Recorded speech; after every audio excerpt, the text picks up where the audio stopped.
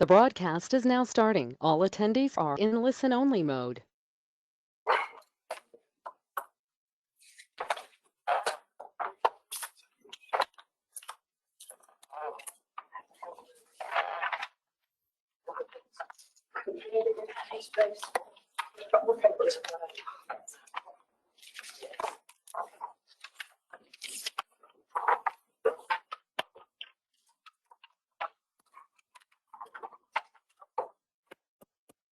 I'd like to call the July 13th meeting of the Local Government Commission to order. If you'll stand and join us for our pledge of allegiance, and then Secretary Marshall will lead us in the toast to the flag.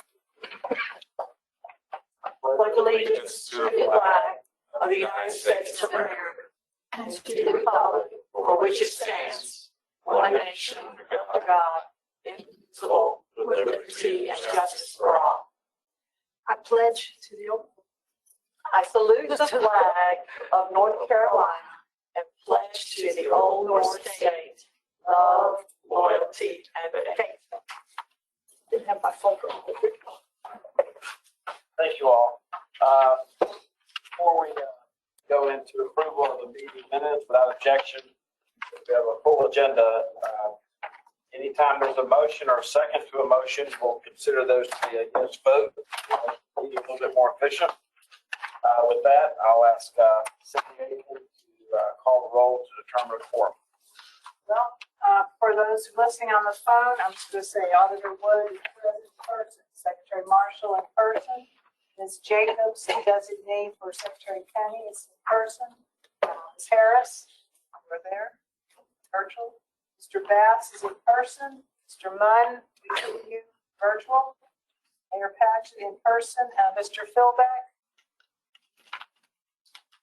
I saw his picture. He's in virtual, okay, and Treasurer Falwell in person, full house, quorum. Thank you. And now for calling Cindy, just a few moments to describe the meeting procedures and any housekeeping items. Yes, and just also for the record, staff present is Sharon Edmondson, Tim Ramaki, Susan McCullum, Debbie Tomasco, and Jennifer Wimmer. Are you on the phone? I am. Thank you. Was Lewis Andrews calling in? No, okay. And I'm Cindy Aiken, Assistant General Counsel. I am here. Okay. As per usual, since this is still the next meeting, remote and in person, the meeting is being recorded with the intention of publishing it on our website. The written minutes will continue to be the official record of the meeting. If we have technology failures or problems that prevent a usable recording being published, that will have no effect on the validity of actions taken during this meeting. Again, everyone, please remember that the microphones here in Dogwood pick up all sound, including sidebar conversations. Let us remember to try to just have one person speaking at a time so that those listening remotely can hear clearly. If you are using a cell phone or a microphone to participate virtually, please mute those items when you're not speaking to cut down on any feedback. Please mute yourself unless you're speaking, and please identify yourself when you're making motions. If you need to leave the meeting, please let me know so that we can record that in the minutes as well as when you rejoin. As Treasurer Falwell stated, I think votes, we take votes by roll call, and if you have made a motion or seconded it, that will be deemed a yes vote.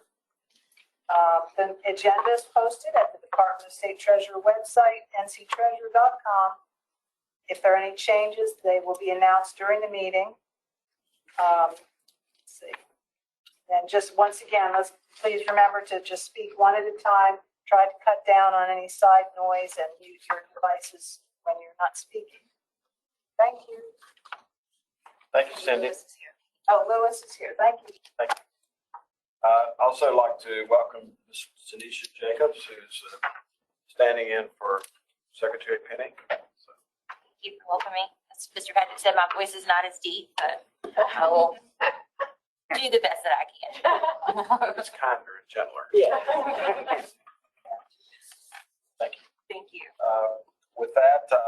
conflict of interest statement. Members, please take a moment to review the agenda. Does anyone present have an actual potential or appearance of a conflict of interest regarding the matters that are before us?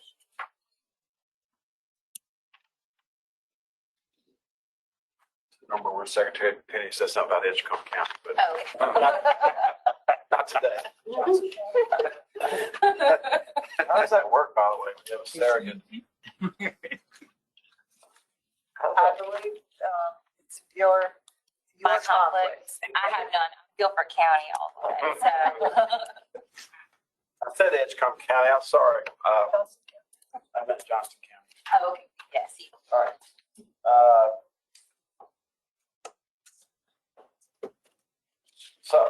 Hearing none, I'll accept a motion to approve the meeting minutes of June 1st, June 7th, June 14th, and June 22nd. So moved. Second. Harrison, second. Any further discussion? Hearing none, clerk call the roll. Auditor Wood? Aye. Secretary Marshall? Aye. Ms. Jacob? I, Mr. Munn? Aye. Mayor Paget? Aye. Mr. Philbeck? Aye. Treasurer Caldwell? Aye. Thank you. Now I'd like to turn the meeting over to Sharon Edmondson to discuss the unit letter items that are before us. And assuming that we'll take all these individually. Thank you, Treasurer.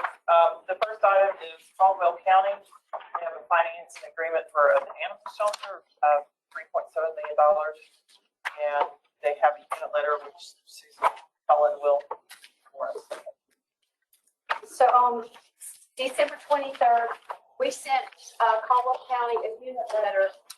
Their fund balance available for appropriation relative to expenditures for their general fund was less than it should be for comparable units and was too low to provide the resources that the county needed.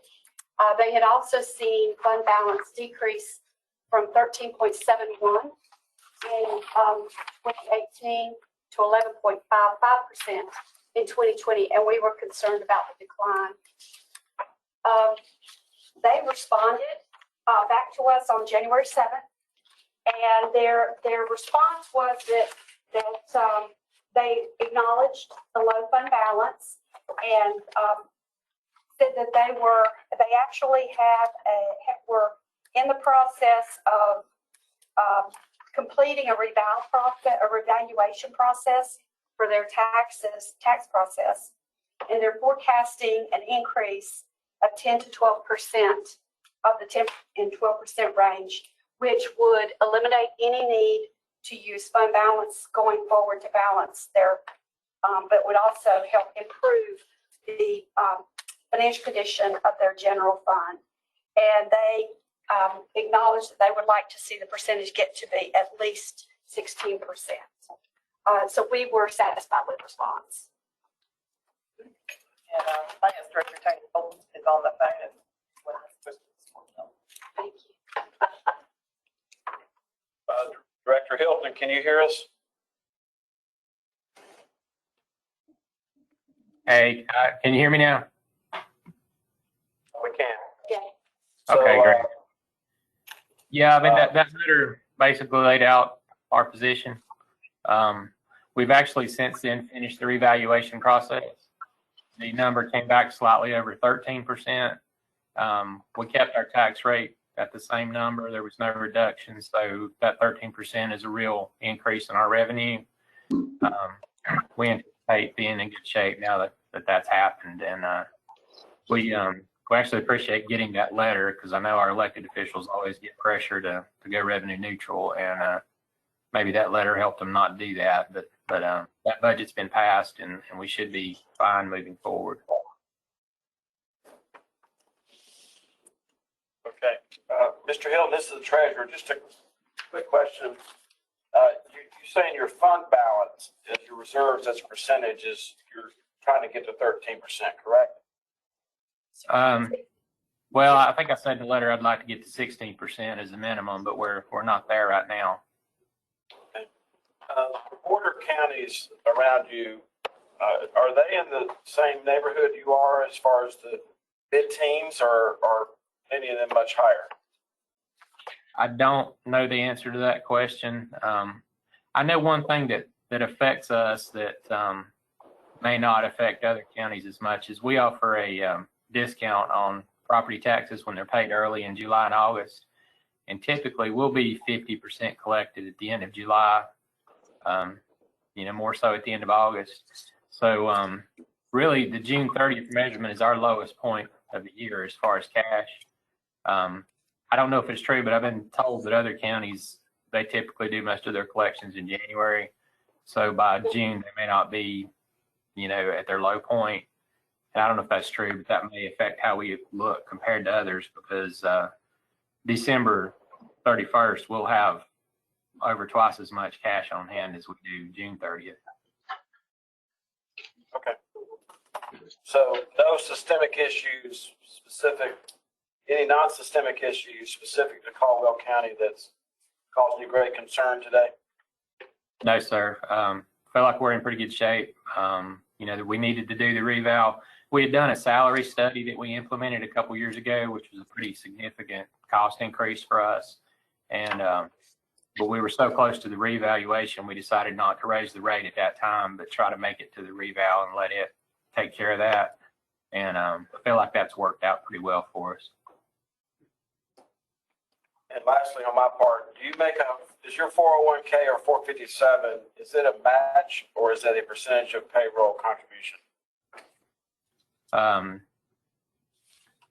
Or not at all? We do not do a match. It's just whatever the employee wants to put in. Okay, so it's totally employee based. True. Thank you very much. Thank you. I'm not opposed to retirement readiness, but just understand if you ever get in that vortex, you will be in the vortex. Yeah. So, a lot of communities are figuring that out. So I'm Right. sorry I've taken a lot of time. Anybody on the board have any questions? Mr. Treasurer, I do. So either Susan or Madam Secretary, that explanation about if you would just look at our fund balance in July or August, that did not sway the commission's decision to approve this or put it on the agenda, because in July and August you haven't spent any money. So Right. you took all this cash in, I get it. Yeah. But when you get to the end of the year, you just collected upfront money you plan to spend all year long. Yeah. So that holds no water in comparing yourself to others in your group. I agree. I agree. I agree. My concern, what I focused on was exactly what the finance director said, the fact that they've got a tax revaluation that is significant. And that was the deciding factor for me.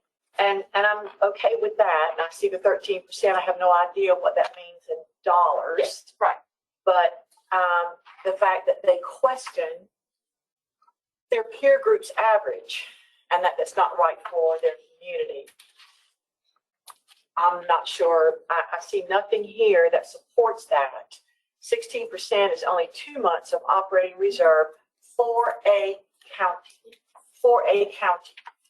To me, that's a drop in the bucket. If an emergency happens, they are dead in the water. If it happens, yes. If they have a hurricane or yes. 2 months in Flood. reserve.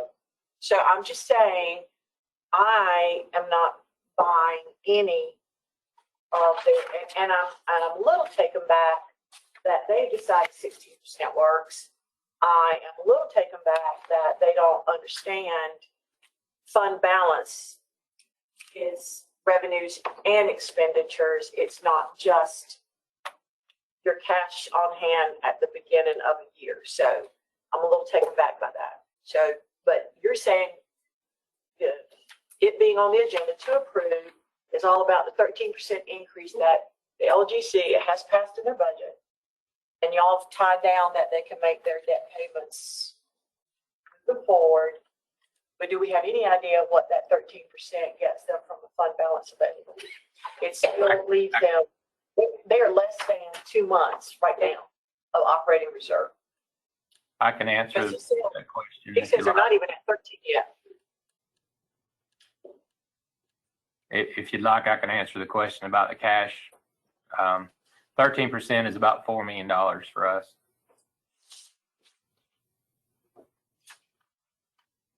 Thank you. Okay. No, Susan, I said whichever one of them wants to answer. Mr. Treasurer, I believe Ms. Harris might have a question. She's indicated in the. Ms. Harris, you have a question?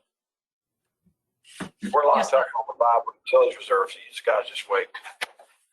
I wanted to find out what the, how much of a discount, I didn't know we could offer individual, people, citizens discounts on property tax. I believe the number is 2% in July and 1% in August.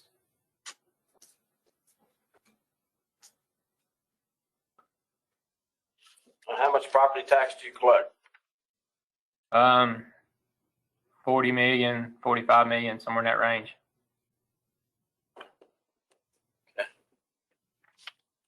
And what percentage of the people avail themselves of that? We track the cost of doing that. It's usually about $500,000 a year.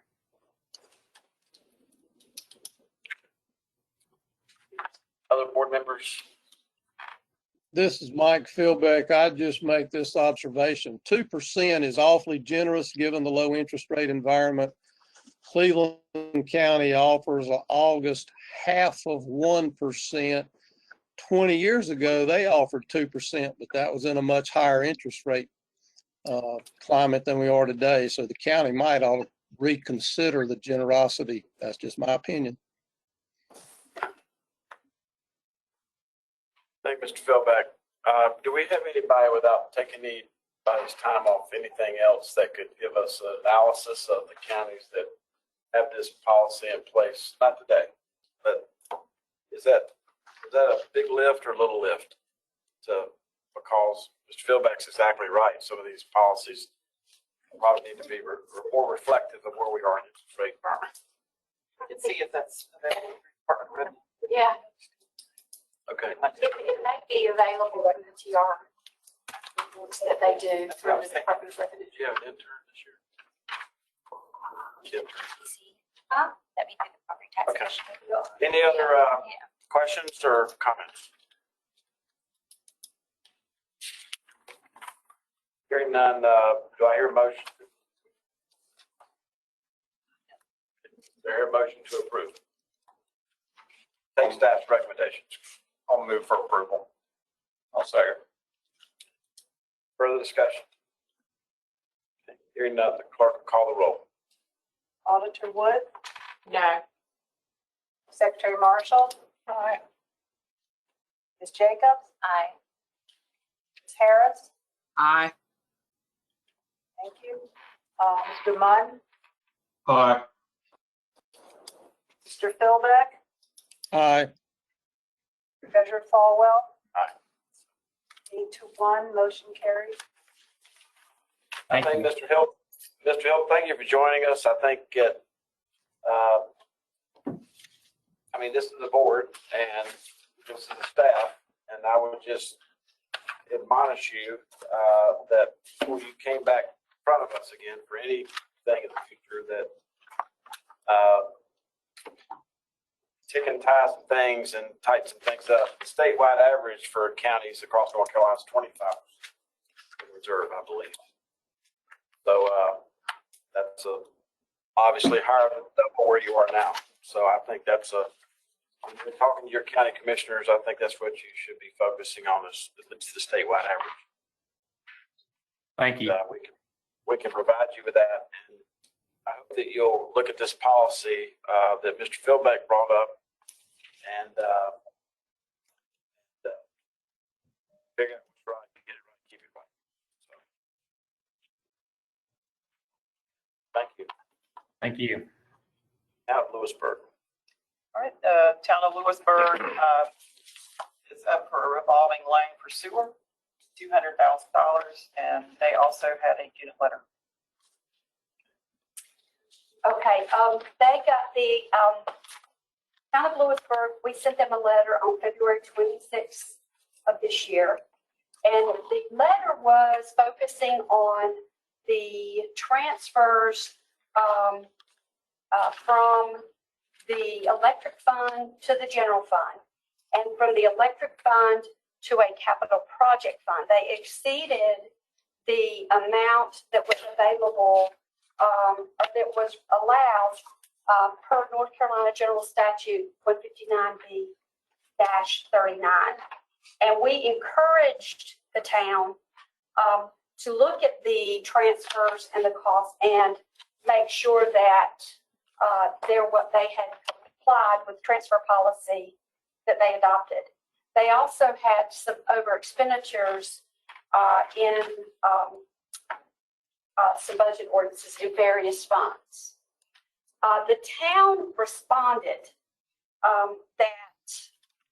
that these amounts were not intended to be a transfer, but the auditor had categorized them as a transfer. And they also sought or are seeking legislation that will allow them to use a percentage of their electric fund revenues for economic development projects, assuming that certain parameters are in place. Further,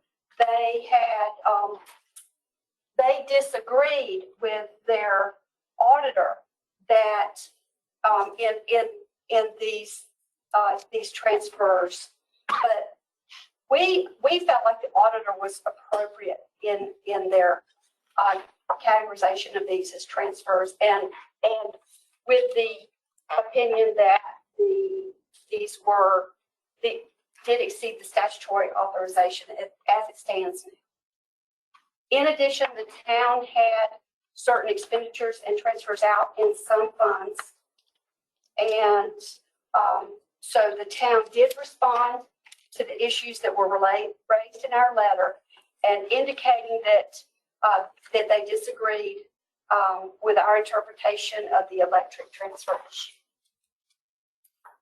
All right, it's a lot to unpack there. Yes. Oh, and you've got John Franklin, the town manager, on the phone. Thank you, John, for joining us. Susan just talked about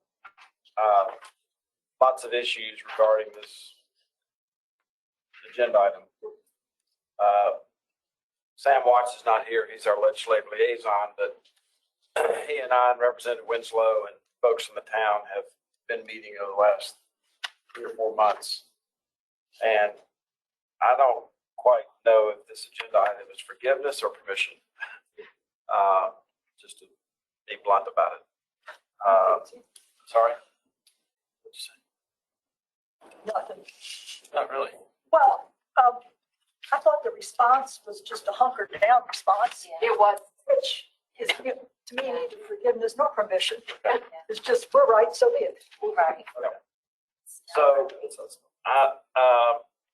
what this has done is, as Secretary Marshall and Alder would know,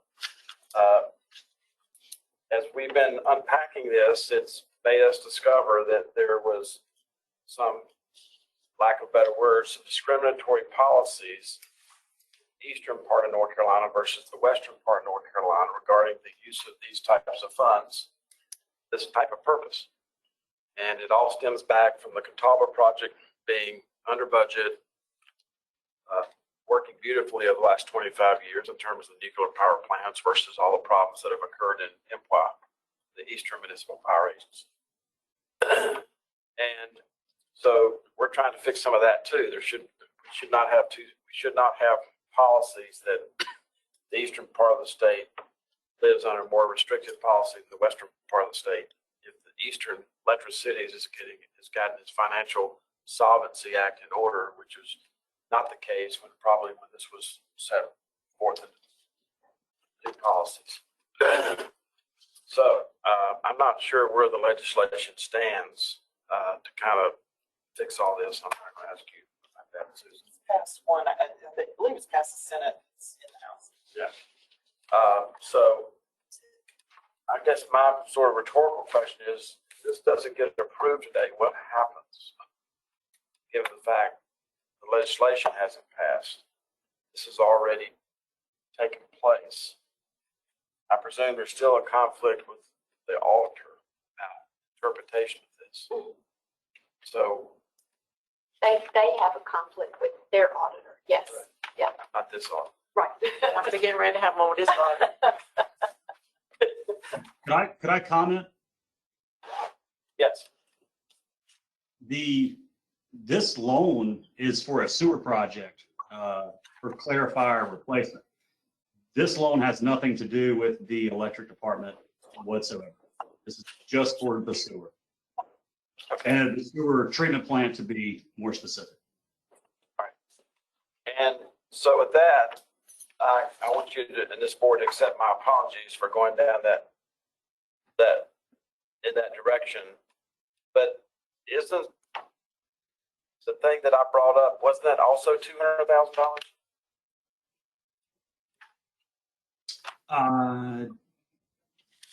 I think it was a little less than that, but I can't quote it for exactly. So let me apologize to the board, because when I saw 200,000 and I've been so immersed in this other $200,000 issue with the same town, I just got it confused. I got it wrong.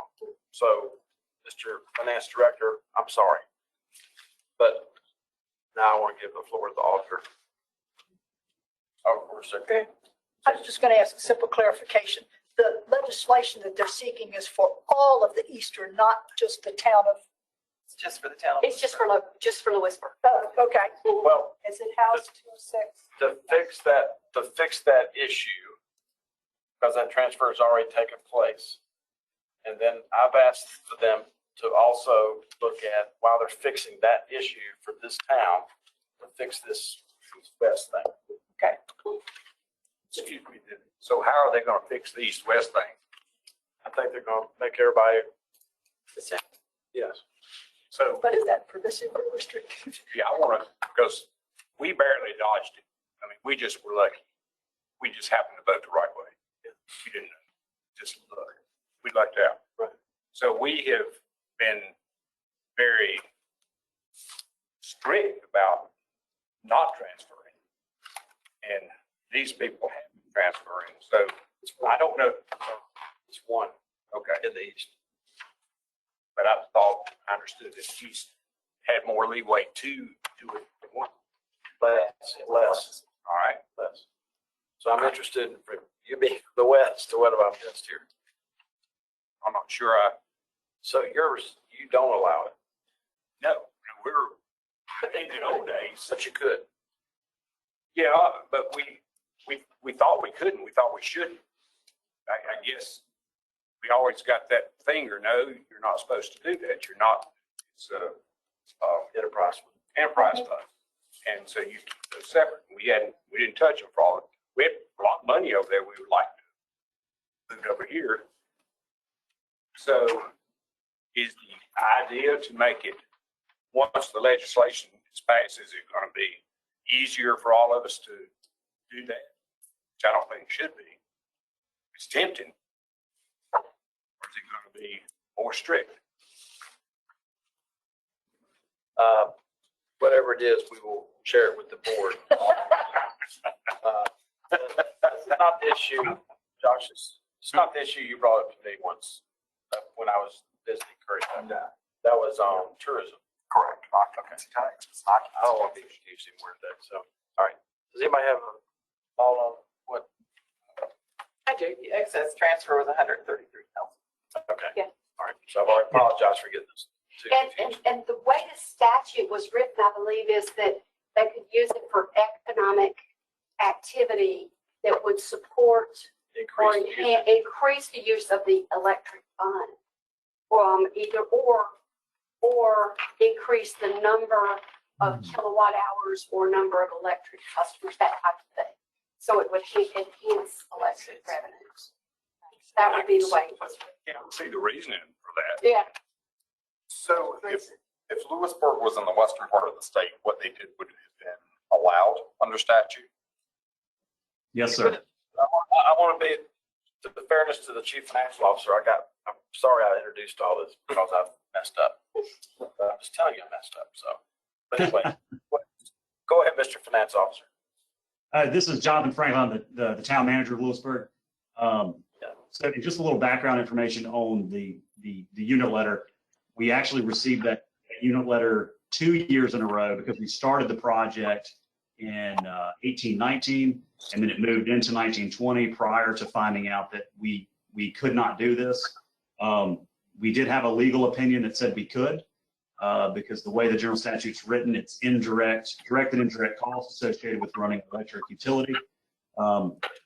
Due to the laws that restrict us from growing, because we're surrounded by Duke and Wake Electric, the only way for us to really grow our load is to grow within. And we had a section of downtown that was dilapidated and basically abandoned. And so our goal did succeed, although we did kind of violate the statute from y'all's understanding. We bought these buildings, refurbished them, and put businesses in them. And so now we took 3 buildings that weren't being used at all, that now have electricity, are using water, sewer, and of course have contributed to our tax base. So it was basically just I guess our interpretation of the general statute did not match our auditors or the LGC. The only reason that we sought to do this change in the general statute is because we're doing good work, and we'd like to continue that. I think our example of Church Street, which is where the project was, is an example of that work. And so we just wanted to continue to do it, but do it in a way that was legal. I guess our auditor felt that it would be better to show it as a transfer mistake than the violation of the general statute. I disagreed. I still disagree, but that's the way they booked it. So that's kind of the background on that project and why we got those 2 unit letters. But again, the revolving loan for this is in the sewer for a clarifier project, where our finances are strong. I think our fund balance is 45%. Our goal is to get that to 50 in the next couple of years. But we've been spending a lot of money on infrastructure improvements, getting ready for the growth coming from Raleigh. And from where we were 5 years ago, I believe we're financially in really great shape. And we've even had some conversations with Edmondson about, increasing our fund balances and getting our depreciation down in the electric fund and other funds. So we're just trying to do whatever we can to make the little town of Lewisburg the best place it can be. Thank you, John Franklin. I'm going to hand it off. So they are connected. The unit letter came because of the warrant associated with the fund transfer, and now it's the unit letter is attached to your city, which the application today is for water and sewer. Okay, I'm sorry. And the School of Government was opposed also, right?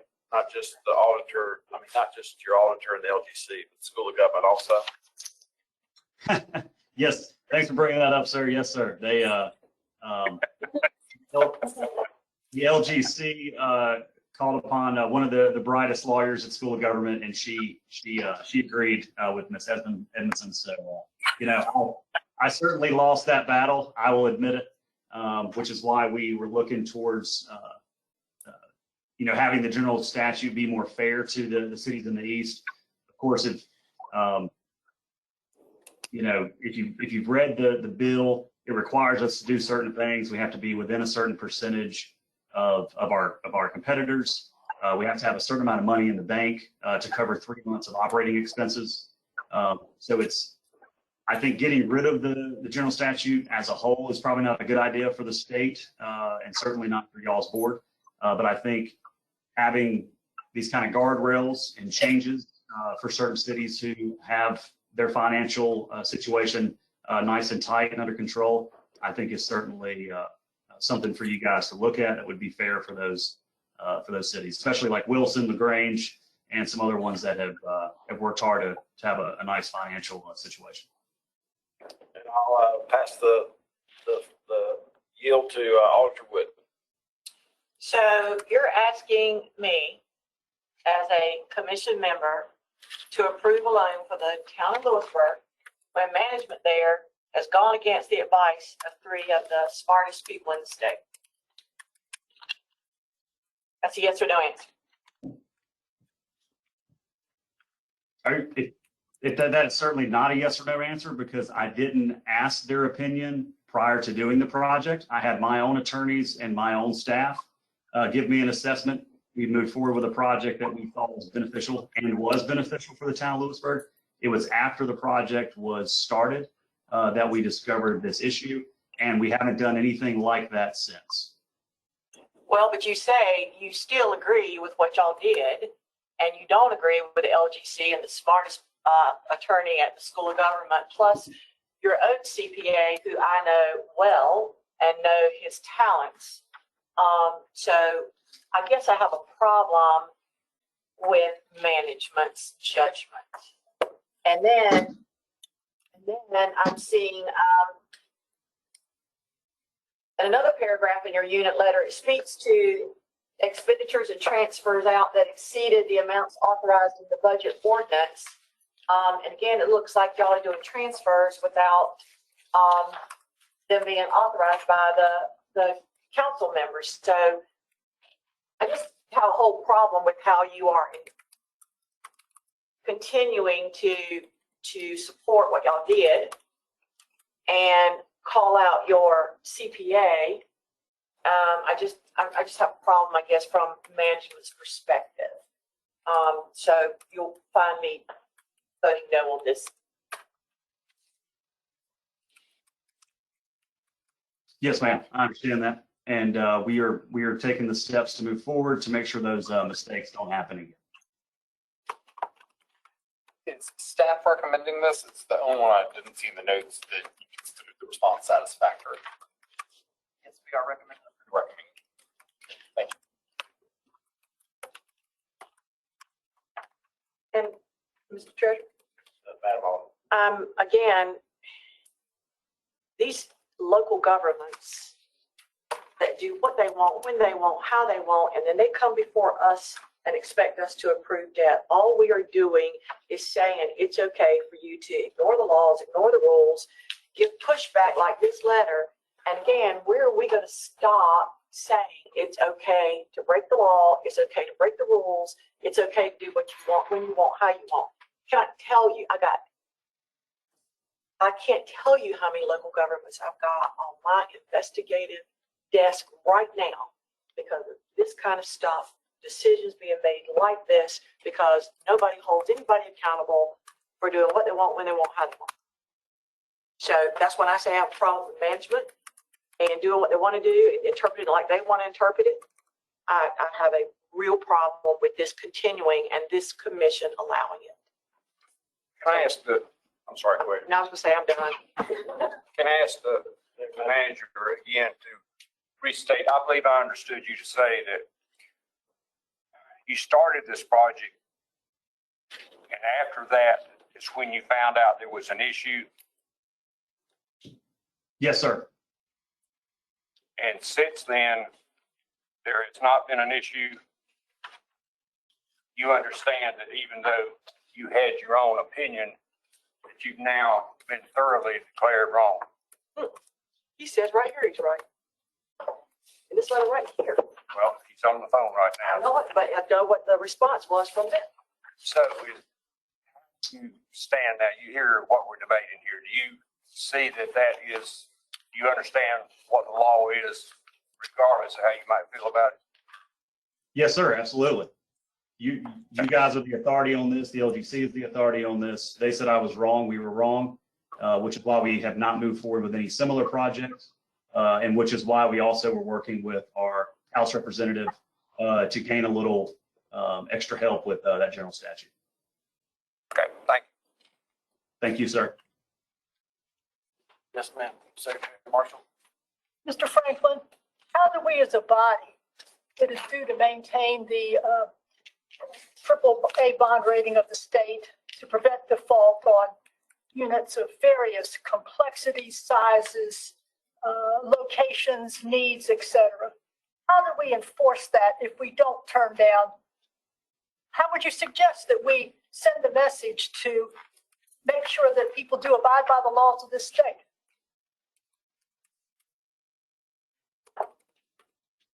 I think in terms of Lewisburg, we made one mistake, which went over 2 fiscal years, because by the time that we realized it was a mistake, we were already, halfway through the project. Now, if you look at our other funds, our general fund has a fund balance of approximately 56%. Our electric fund, if you count the purchase of power, we're at 22%. If you don't count the purchase of power, which is again just a pass through, and if you count just our operational costs, we're at 50% fund balance. And if you look at our water and sewer, we're at about 45% fund balance.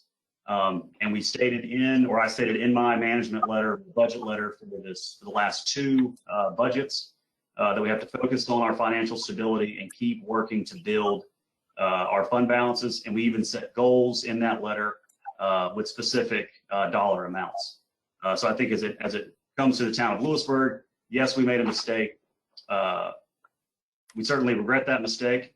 And we're doing, I think, the things that we need to do to move ourselves forward financially. I think if you looked at where Lewisburg was 5-6 years ago, you would have seen a much different picture.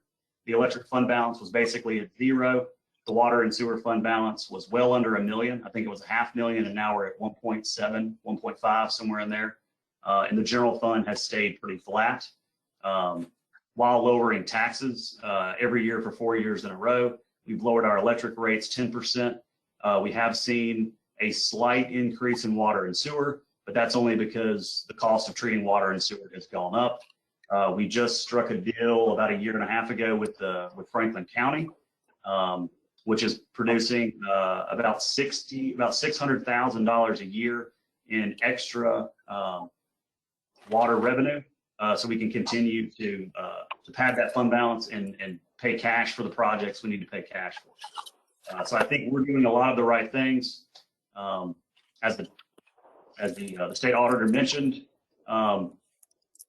I probably did not admit as much fault in that letter as I should have. But we had our opinion prior to starting the work. That opinion turned out to be not correct. And so in the future, we will make sure that we check with the LGC and other folks to make sure we're doing the right things. Did you also have an opinion that you could spend beyond your budget ordinances? I think that was associated. Yeah, sorry, man. I think that was associated with this project. More information is that correct? More information to indicate what it was about. But we have also started making sure that in our capital projects, that we have a little bit of extra room and make sure that we do not do that in the future.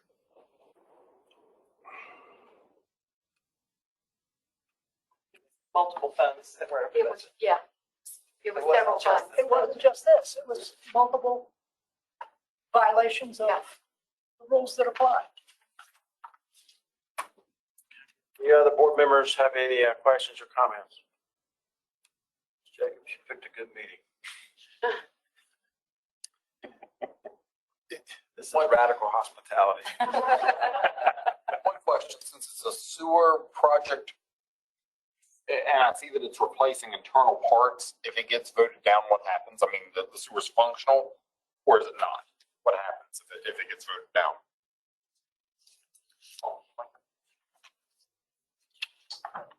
We currently have 2 clarifiers. We're replacing all the internal parts. This is basically the last portion of a 5-year renovation project that we started when I first got to Lewisburg. The town had focused mainly on paying off the debt, but had not done the necessary maintenance to keep the plant going as efficiently as it should work. So we set out a goal of 5 years and actually got it in 3.5, with construction looking to be finished around 5. So we're very happy about that. But yes, I think half of the one clarifier has been done because it broke down right after we got the award, and the state allowed us to go ahead and move forward with the replacement of that of clarifier 1. And now this is to finish up clarifier 2. So to Mr. Bass, treasurer, to Mr. Bass's question, if if this was turned down, where would you get the $200,000 to finish the project? Hey, well, I've got it in my fund balance. I'd probably just pay cash.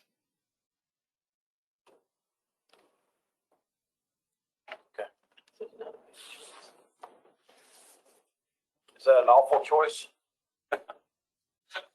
That is not my number one choice, but if I had to do it, we are positioned to do that. But the state is very gracious in how it provides loan funding with very low interest rates, and so that's why we try to take advantage of that. The interest rate on your cash balance is 0. Yep, like I said, very low. No, the interest rate on your cash is 0. Oh, right. Anyway, Mr. Munn, I apologize. Oh, Mr. Munn, you have the floor. Sorry. Thank you. The audio is a little rough. I'm not sure that this has been discussed, but is the town planning to reimburse the electric fund? Is there a plan to do that? Has that been discussed? Mr. Munn, that has already happened. Okay, so it's already finished. Okay, thank you. Yes, sir. Yes, sir. We did that right after the project was finished. One of the building is sold. We still have one building that we're holding on to, and once that's let go, the project should see a net of 60,000 positive. But all of that has been transferred back over. Back to the electric fund. Yes, sir. Okay, thank you. Thank you. Thank you, Mr. Franklin, and thank you for your answering the questions and being forthcoming about your evolution and your thinking about all this, even over the last 20 minutes. Yes, sir, Mr. Falwell. Thank you. Okay. Do I hear a motion? I'll make a motion to approve. Okay. Thank you, Mike. I'll second. Let's go back. Any further discussion? If not, clerk will call the roll. Motion by Mr. Paget, second by Phil Beck. Auditor Wood? No. Secretary Marshall? No, because I didn't get an answer to my question. Ms. Jacobs? No. Got a lot to talk. No. Thank you. Ms. Harris? No.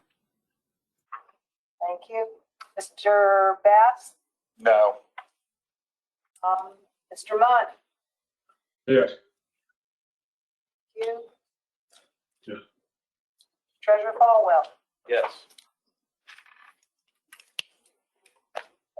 Motion is defeated. Wait, On the time. 1, 2, 3, 4. Yes, 5 noes. 1, 2, 3, 4. 5 noes, 4 yes.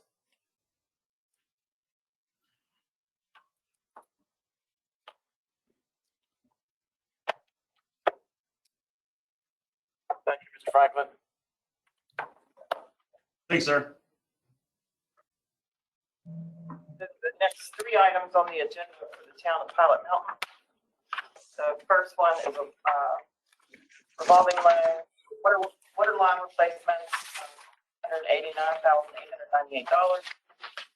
The second item is a loan increase, also for a revolving loan. This is where a project that was previously approved came in over budget, and that's for $1,445,000. And the last item for Pilot Mountain is again another revolving loan, the wastewater treatment plant sewer lift station improvements for $850,000. One of these projects, and Tim will have to refresh my memory as to which one it is the town is connecting to Mount Airy. Mount Airy, thank you. Connected to Mount Airy for their water supply. So it's somewhat of a regional project. The town did get a unit letter, and I'll let Susan turn it over to Susan. Okay, and for Pilot Mountain, we have Mayor, Evan Puckerum. Did I say that right? Susan, I don't believe the mayor's with, I believe the town manager. The town manager, okay. The town manager and finance officer, Michael Boas, is also on the phone. So the town, February 19th, we did send the town a unit letter, and we were concerned about the general fund. Again, their fund balance available was inadequate. We did see an improvement, but we were still very concerned. They had a deficit fund balance available of $39,000, or a negative 1.99% of total fund expenditures. And we were also concerned about the decrease.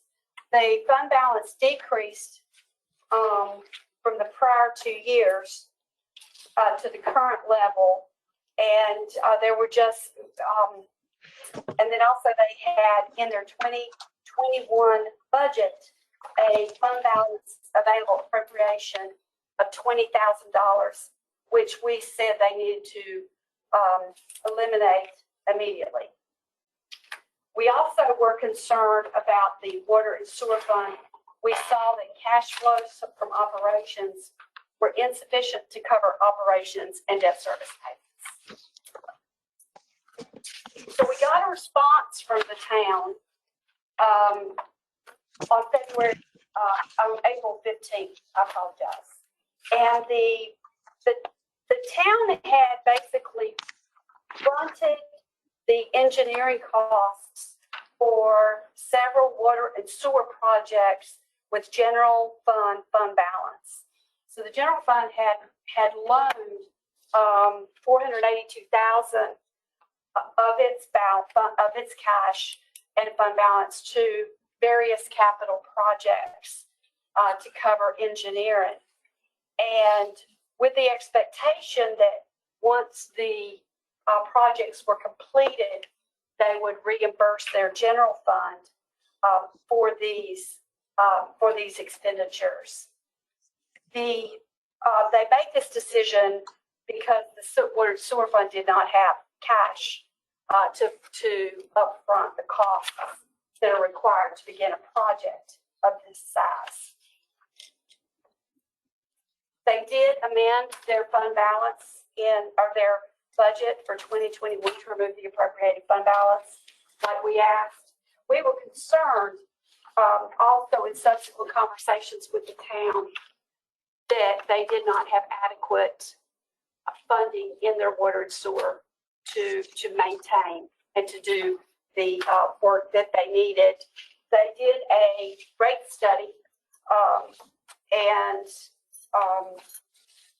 at our request, we held off on this until we saw that they had actually included the rate schedule recommended in the rate study in their 2022 budget. And so in 2022, they did increase their water and sewer rates by 12% per that required rate study. And so based on that and the fact that this loan will improve the financial situation of the general fund, we are recommending. Mr. Boas, are you with us?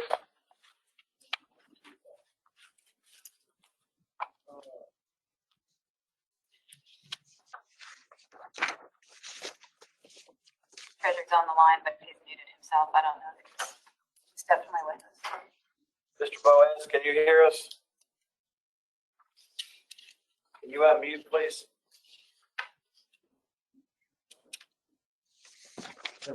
Oh, sorry about that. I had muted myself. Yes, we are both, the mayor and I are both in the room together. So we're both here. Sorry about that. Thank you, Mr. Boas. This is the treasurer. You're also the county manager of Rhonda? No. I do some part-time consulting work with Rhonda, but I hold no official title or role or anything of the sort. You almost had a little ditty going there. Sorry, just wanted to make that one clear. Oh, yeah, it was crystal clear. You're a consultant, Rhonda. Yes. Okay. All right. Now we got you back on your heels. Now we're asking you the real questions. All right. As Sharon, this is Treasurer Fall. Sharon Evans has always talked about we're in favor of partnerships and regionalization. And, you know, part of this cost is associated with you had to buy a longer straw to get to the Mount Airy system than I presume you would have to connect with the King water and sewer system. Would that be correct? I'll be honest with you, I'm not 100% sure about the distance between the two. The issue is we did an interconnection study a couple of years ago, and we found that Mount Airy would be more cost effective, primarily because it's the geography. King's downhill, Mount Airy's uphill. And so to get from King to Pilot, it would require some booster pumps, whereas that's not required going to Mount Airy. And so the cost was cheaper that way. And then also Surrey County and the city of Mount Airy agreed to each kick in 1/3 the cost of one third of the debt on the project. So it's truly, I think, a good example of cooperation between local governments. Okay. And the rate study that resulted in, and I'm sorry to say this, but we can't be in a pattern of getting in trouble and then increasing water and sewer rates on people. The impact on lower income and fixed income people across the state, but where you're from or what's on this agenda, is very dramatic. And so the rate study that you paid for, do you remember how much, or that you got that led to a 12% rate increase? Do you know how much you paid for that? We paid nothing. It was part of AIA study paid for by grant funds from DEQ. I mean, the total project was $300,000, but it wasn't our money. But I guess is my point. Okay. All right. Well, stay tuned for the other part of the agenda. We'll talk about that.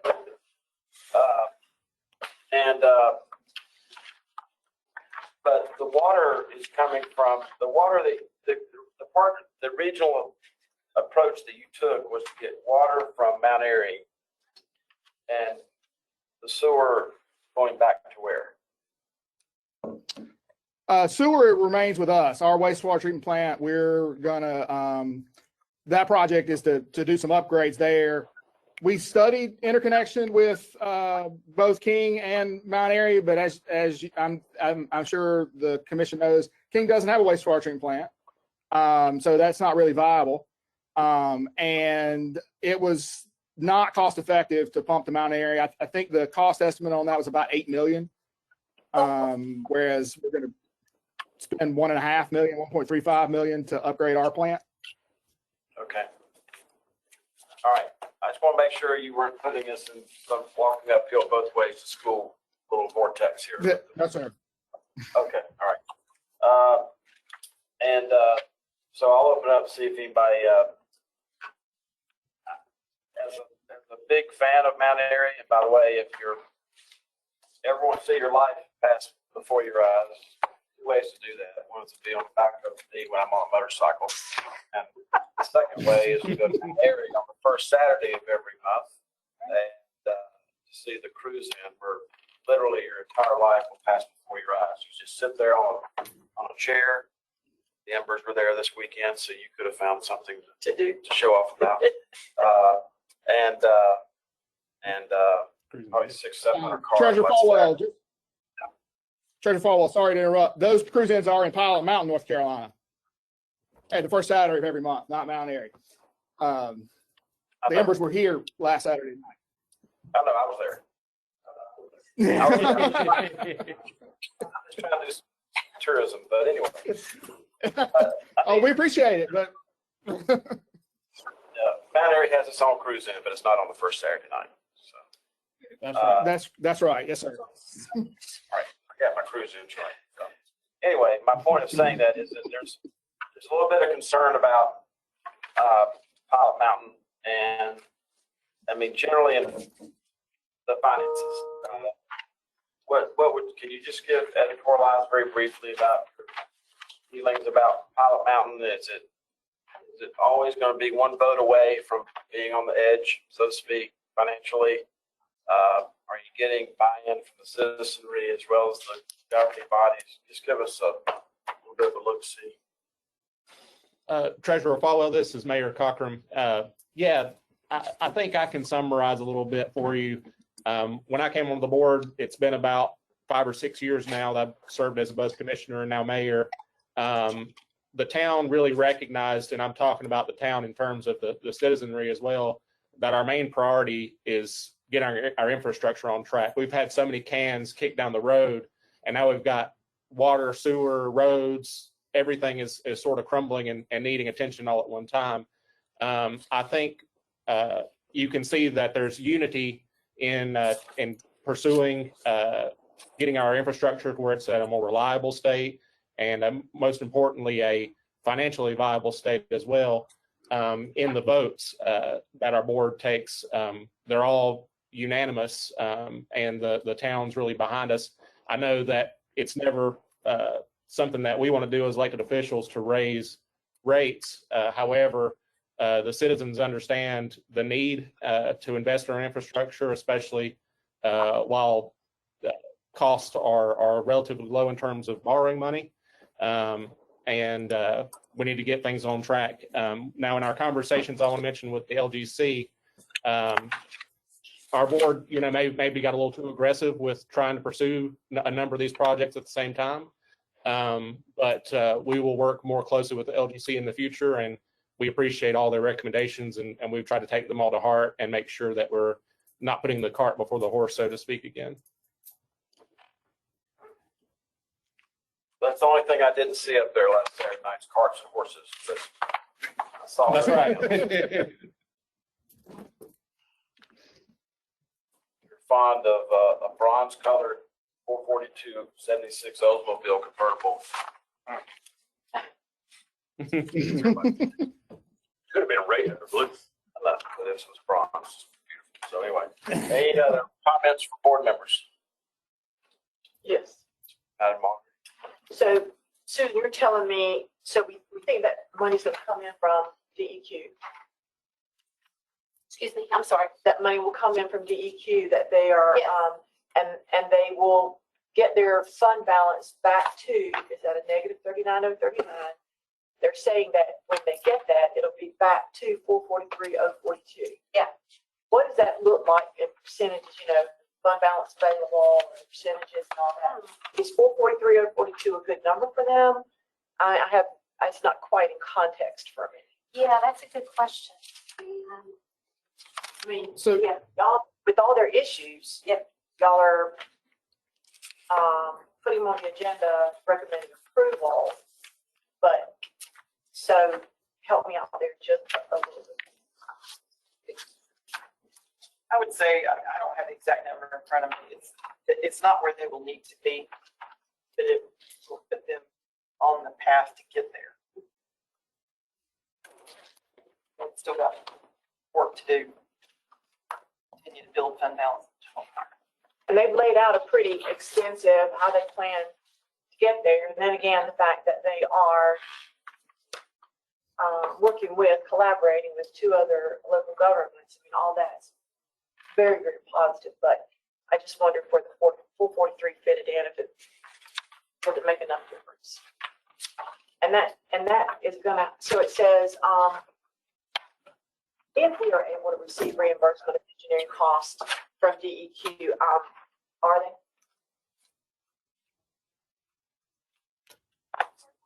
Madam Mayor, that depends on. Sorry, excuse me. We'll get the reimbursement if the loan is approved by the commission. Okay. So okay. If the commission doesn't approve the loan, no, we won't get reimbursement. Okay, but so I just want to make sure that it's a pretty sure thing that reimbursement, that 480, whatever's coming. And he's saying if they get the money, they will come. Okay. Yes, ma'am. And we've already gotten a substantial portion of it, about 300,000 of it already. And what? Banker DEQ is sitting here and seems to be a little confused, so let's make sure the banker's. In what fiscal year did you get the 300,000? Fiscal year 21. Okay. Yeah, their response did talk about them receiving some of that in fiscal 2021. Okay, so they're well on their way to getting that fund balance back up. Okay. Yeah, they still, looking at the numbers, the way they're playing out, I do not believe they'll be where they need to be then, but they will be in much improved shape. They still have some work to do. All right, is it the advice of the council that all these can be done in one? Yes, you may. Thank you. Separate or together. Any further questions or conversations from those joining us virtually? Do I hear a motion? Move approval of all three. All second. Motion and second being made. Any further discussion? Hearing none, the clerk will call the roll. Motion by Secretary Marshall, second by Mr. Bass. 3, Pilot Mountain West. Auditor Wood. Aye. Ms. Jacobs. Aye. Ms. Harris. Aye. Thank you. Mr. Bass. Oh, sorry. Mr. Munn. Aye. Thank you. Mr. Paget. Mr. Philbeck. Aye. Thank you. Treasurer Falwell. Aye. Motion carried. Okay, for planning purposes, we're going to go through Surrey County. I'm going to, at the pleasure of the board, maybe call it audible to go ahead and go into closed session because I know Alder Wood's got a hard stop. And I want her to be a part of that. And then maybe come back and do the consent agenda because I think we'll still have a quorum. So we'll just figure that out. Let's get through Surrey County next.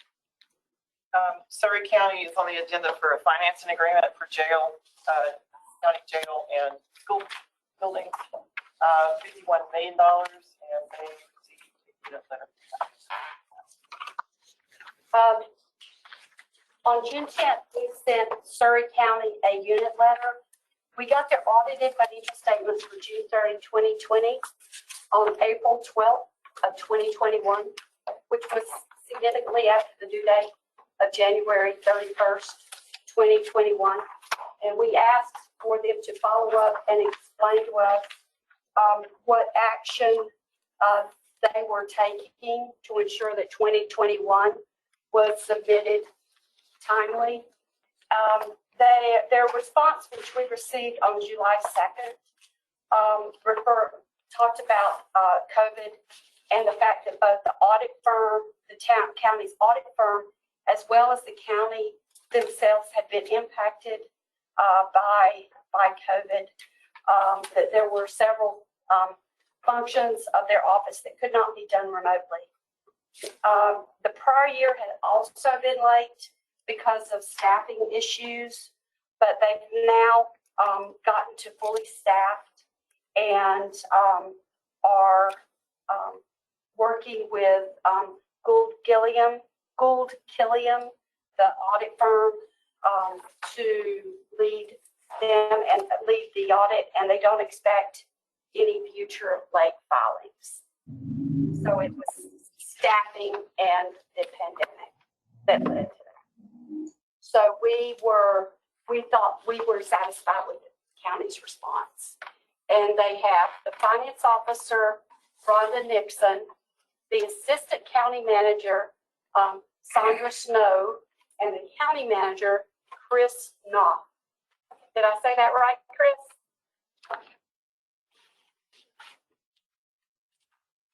Ms. Snow, you are unmuted. I don't know if everyone else is with you, but I have Ms. Snow on our attending list here. Ms. Snow, are you with us?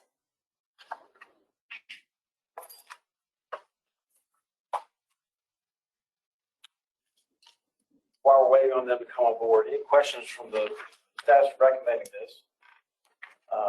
Correct. Does any member have any questions?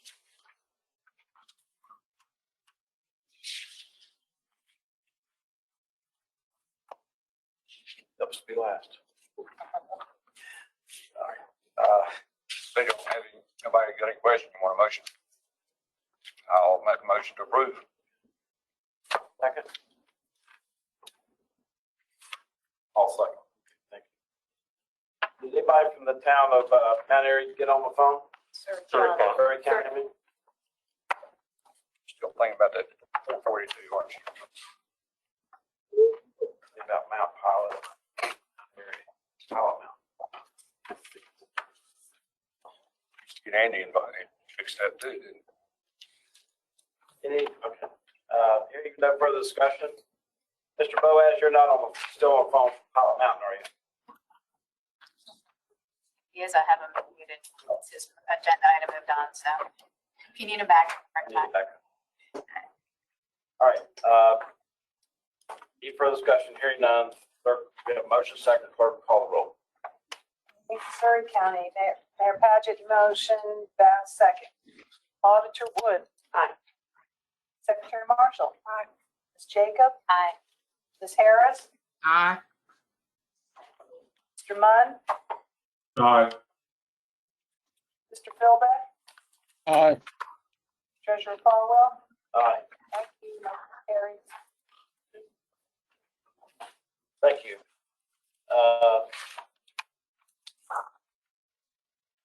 This. Which would you rather be?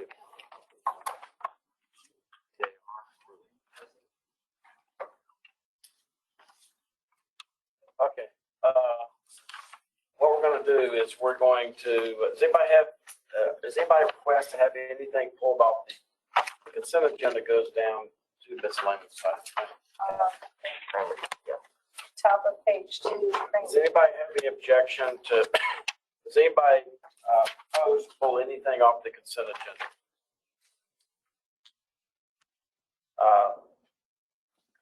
'I'm not a beach expert. 27 million for Golden Beach for beach nourishment. But they know what they're doing. So you're saying they need all of it. Can I afford it? So I just. A lot of money takes. Yeah. So anyway, no request to have anything pulled off. Do I hear a motion to approve the consent agenda, which goes from a municipal building, I'm waiting to say the name, but municipal building, and that has to do with a contractor's parking lot, I understand. Because it is an island, the contractors have to have a place to park the vehicles, since no vehicles are allowed. All the way down to Cramerton. Can I have one correction? There's additional 2.1 million for Chapel Hill for refunding taxable amount. So the amount should be 59,200,000 instead of 57,100,000. Okay. Without objection, we'll add that to the official application. Do I hear a motion for approval? Second? Second. Motion second being made. Any further discussion? Hearing none, the clerk will call the vote. Tim, sorry, repeat that on Chapel. Plus what? Plus 2.1 million. Thank you. Okay. Thank you. Okay. Consent agendas, Village of Ballhead Island, to the town of Cramerton with that amendment on Chapel Hill. That's Wood. Secretary Marshall. Aye. Ms. Jacobs. Aye. Ms. Harris. Aye. Mr. Munn. Aye. Mr. Paget. Aye. Mr. Philbeck. Aye. And Treasurer Falwell. Aye. Thank you. Mr. Treasurer. Yes, ma'am. Since we've done the agenda thing here, I would like to make a motion that we put the Ballhead Island Transit Authority matter on our August meeting, August 3rd, contingent upon receiving the new appraisal prior to that date. I'll take that motion at a later point. Don't want us to lose quorum.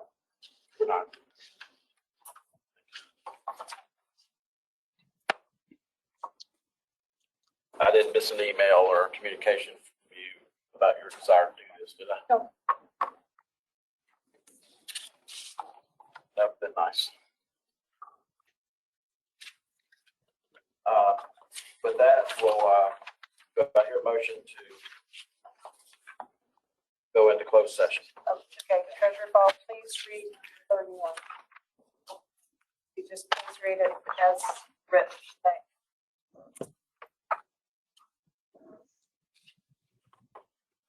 I would ask a member of the commission to make a motion to enter closed session pursuant to General Statute 143-318-11A3 to discuss a legal matter that is not yet the subject of any existing lawsuit. If there's Oh, wait, that's your old copy. Sorry, I'll just hand it. Yeah. How'd you get the old copy? Could a member of the commission make a motion to enter closed session pursuant to General Statute 143-318.11A3 to discuss a legal matter not yet subject of any existing lawsuit and pursuant to, GS 143-318.11A1 to discuss a matter made confidential by General Statute 132-1.4. Is there such a motion? So moved. Second.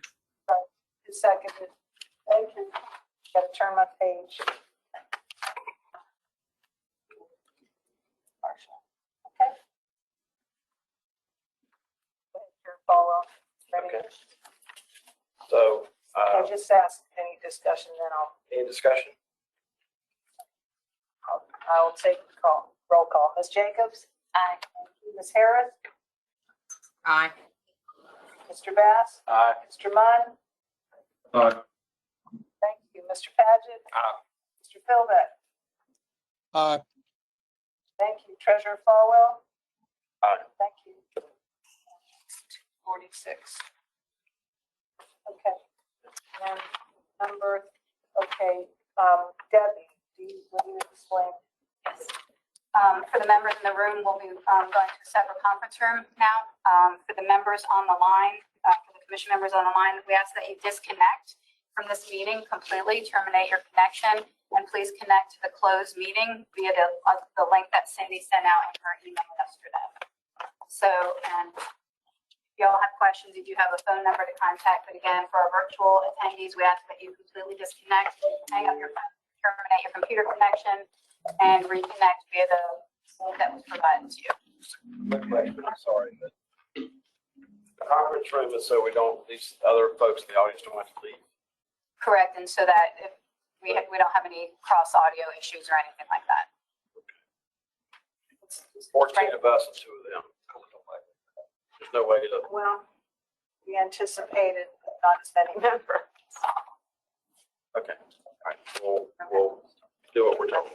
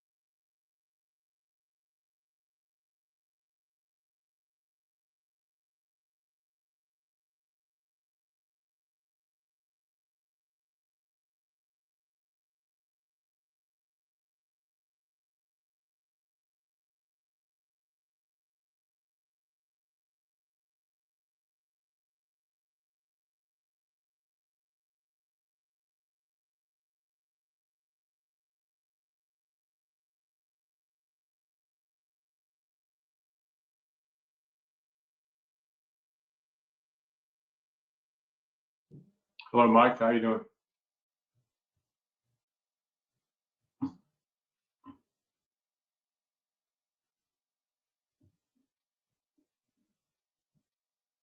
I'm good. I hope you are, sir. I guess we're the only ones here. I guess they're taking a potty break.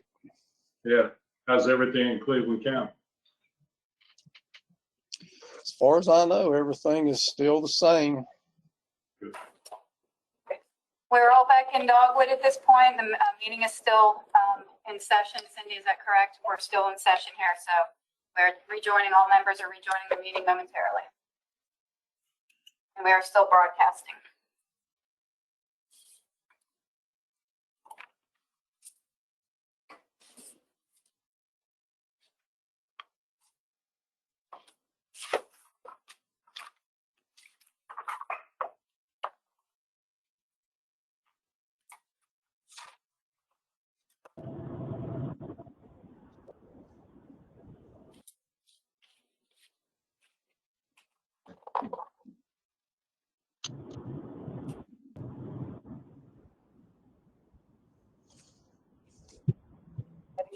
Yeah, I'm ready.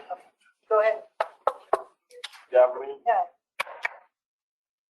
Okay, we'll know 3:51 back in open session. And this is Cindy again, and Auditor Wood had to leave the meeting at 3:29. And everyone appears to be back on. But Ms. Harris, keep going. I see her. Cindy actually is a regular attendee. Let me unmute her. Okay, so Ms. All right, so everybody is back except for Auditor Wood. Ms. Harris, are you with us? I am. I am with you. I'm with you. Oh, okay, thank you. Okay, we're back in open session. So Sharon wants to look over. Actually, we'll turn it over to Susan for updates on all of our various Sunday units that we are running.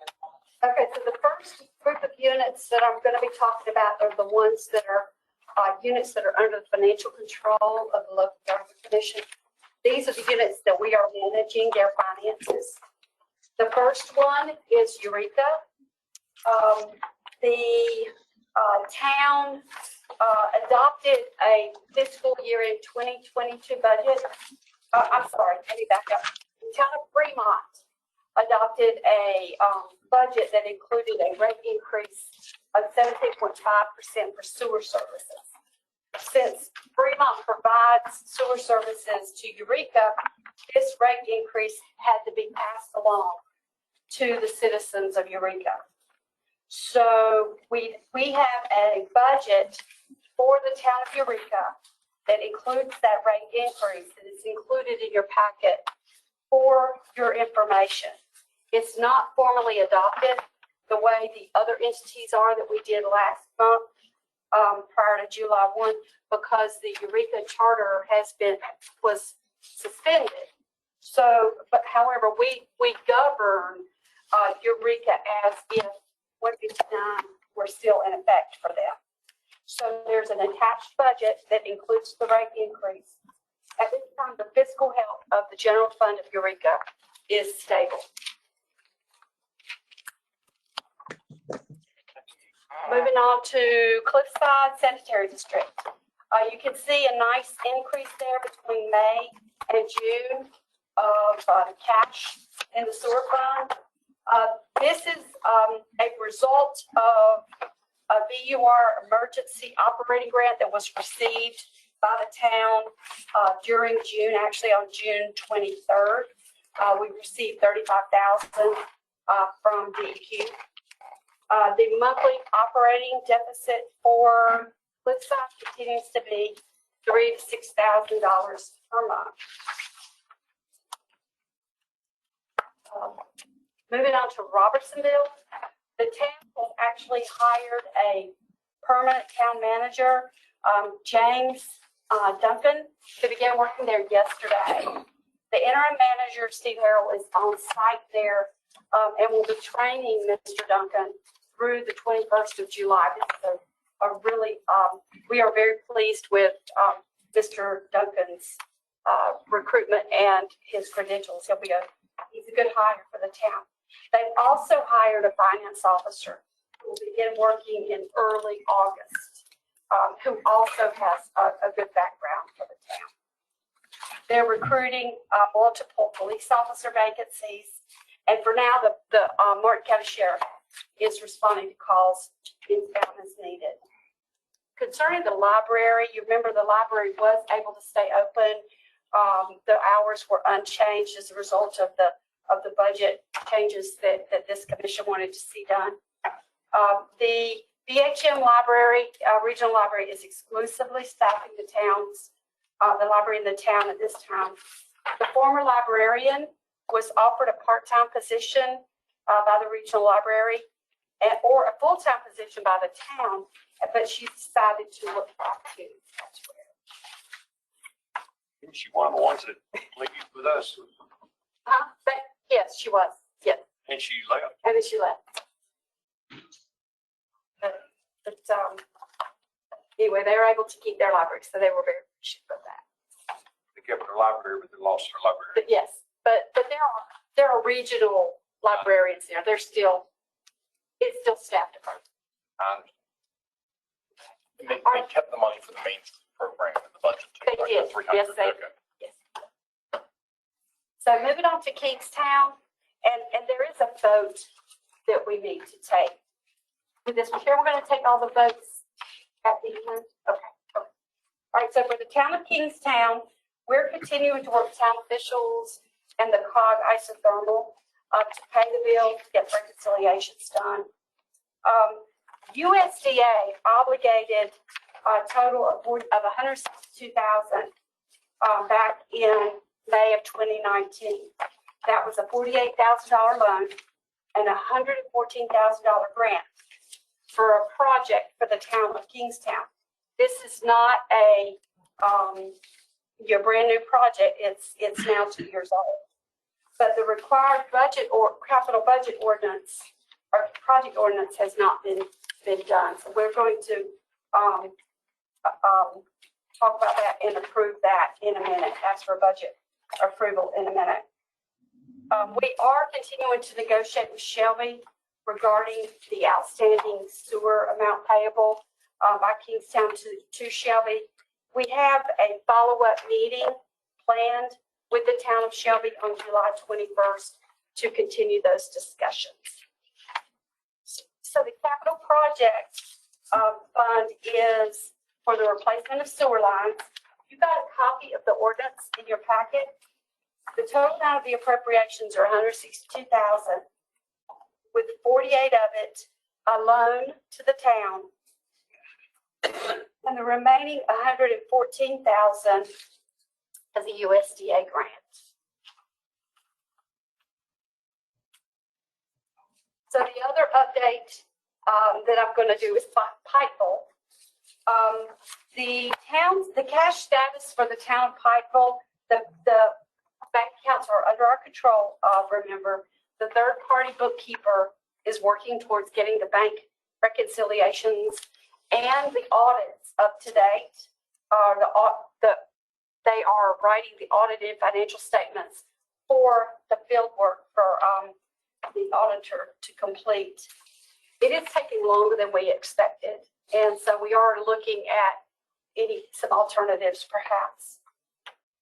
The LG staff has executed a contract with John Barlow to work as an interim town manager for the town of Pikeville.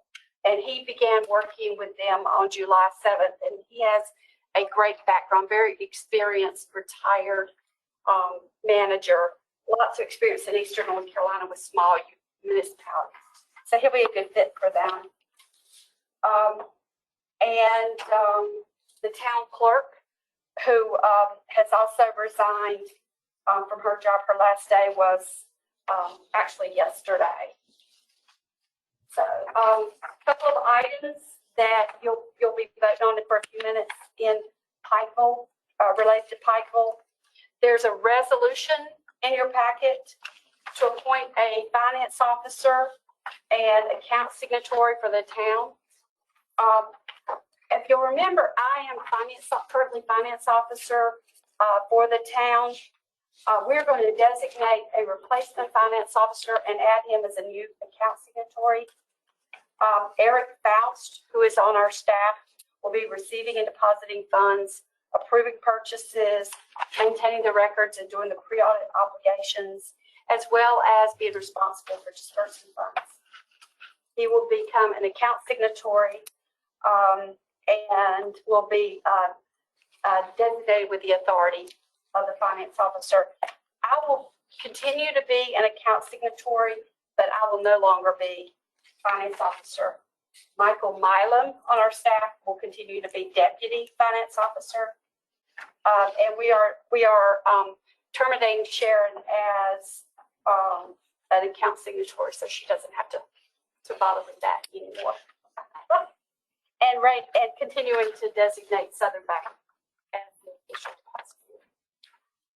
So that's one item that we're voting on. Is that kind of a reduction in pay? Oh, we didn't increase your pay. No, she didn't get an increase for that. It's a reduction of the. Yeah. And then the other item that you're going to vote on is a resolution to complete requirements of a distressed unit as defined under General Statute 159G-45B. This was also in your packet. The town of Pikeville is an applicant to complete the viable utility requirements by conducting an asset assessment and rate study, participating in training and educational programs, and developing both a short-term and a long-term action plan towards viability. And they will work with other units of government, including Eureka, Fremont, Mount Olive, Wayne County, and Goldsboro towards a regional objective. And you'll be voting on the capital project ordinance for Kingstown, the change, the resolution to appoint a new finance officer for Pikeville, as well as the resolution to complete the requirements for a distressed unit all at one time. Any questions? Okay, so on the resolution for the distress unit, it says, whereas the town of Pikeville has been designated as a distress unit and intends to conduct and it says state whether, so you said it's just the two specific, it's just the asset assessment study and rate study? Yes. Okay. Yeah. This is, we're voting just on Pikeville's application. Yes. Not the grant, we're doing grants for the distressed unit. Right. We're voting on their resolution. Got it. Yeah. Got it. Yeah, I was just looking at the language of the resolution. I guess you just pick which one they're doing, so I just want to make sure. They're doing both an asset assessment and a rate study. Right. And they're not actually conducting that. DEQ will be conducting that. And if you have questions, Victor can help you with specifics about that. Yeah, I think it says later. Yeah. Thank you. Okay. Anything else, Susan? Okay. Then without objection, we'll combine the Pikeville capital ordinance recommendation staff and the appointment of new financial officer resolution agreeing to meet the VUR requirements into one motion. Do I hear a motion? And we'll go over Kingstown as well, if that's okay. The Kingstown capital project. Kingstown. I meant Pikeville. I meant Kingstown. I said Pikeville, I meant Kingstown. I said capital project ordinance, I associate with the wrong town. No problem. Okay. Do I hear a motion? So moved. Mayor, second. Secretary Martin. Any further discussion? Hearing none, clerk will call the roll. Auditor Wood, Aye. Ms. Jacobs, Aye. Ms. Harris,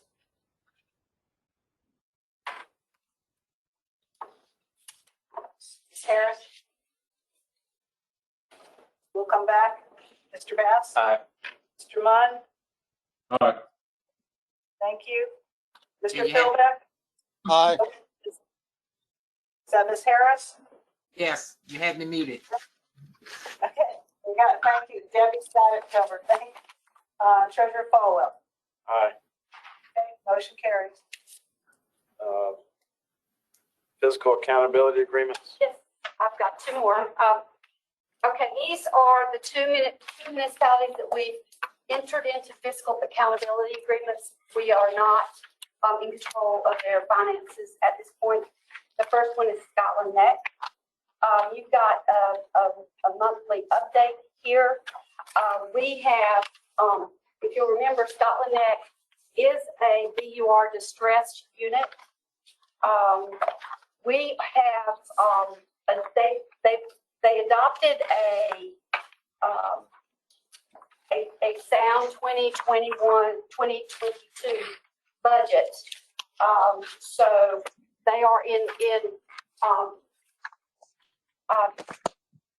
beginning to move into they will be able to move into a healthier situation should they be able to comply with that budget. They have struggled to do that in the past. They do not have an adequate pre-audit process that has enabled them to not overspend against their budget. So we are in the process of revising, updating, actually, is the word I want to use, not revising, their fiscal accountability agreement so that going forward monthly, they're going to also be required to provide us any budget amendments to that monthly budget. We also are continuing to stay very close contact with the town concerning their staffing. Both their finance officer and manager positions concern us. They are inadequately staffed in those leadership roles. We are also concerned about the May 2021 financial reports. That's the most recent one that we've had a chance to review. At that point, they had their general fund budget was already 96% expended against their budget, and that was in 11 months. They still have a period of time for the balance of the year. And then water and sewer was 88% expended. So we feel like they'll overspend significantly for some amount in those funds for fiscal year 2021. And the last update I've got is for Spring Lake, which is the second municipality that we've executed a fiscal accountability agreement with. The comments on that one, the general fund is expected to further decrease in 2021. We've spent a lot of time in Spring Lake. We went to the June 7th, 21st, and June 28th budget workshop meetings, as well as were there that night where they attended and adopted their budget. It was a sound budget. We're going to continue to ensure adherence to the new budget, reviewing budget amendments, and we're updating their financial accountability agreement for that as well. So, questions about Scotland Neck or Spring Lake? We remain extremely concerned about both municipalities. Questions? Let me just state that as far as the chronology of what has gone on, the staff has been very concerned about both of these units for a period of time. The staff has made recommendations and got these two units to sign the physical accountability agreements. After that, as they were going through their budget process at the end of June, it seemed like, I suspect on Spring Lake, definitely, not sure about Scotland Neck, that the budget that was being recommended versus the one that the city council was actually going to vote on, that they were straying away from the fiscal accountability agreements. Is that correct? That is true of both cases, in both municipalities.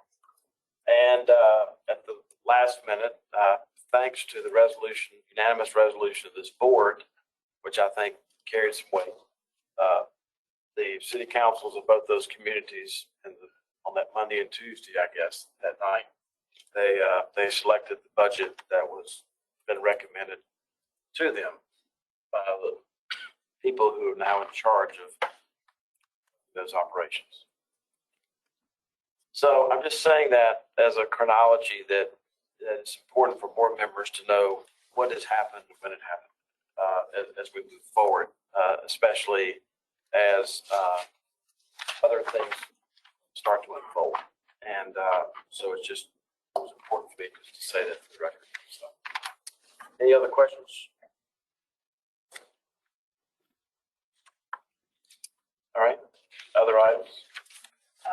Next up is the discussion on the Can we BUR. take care of the non-action items? Sure. Let's do non-action items.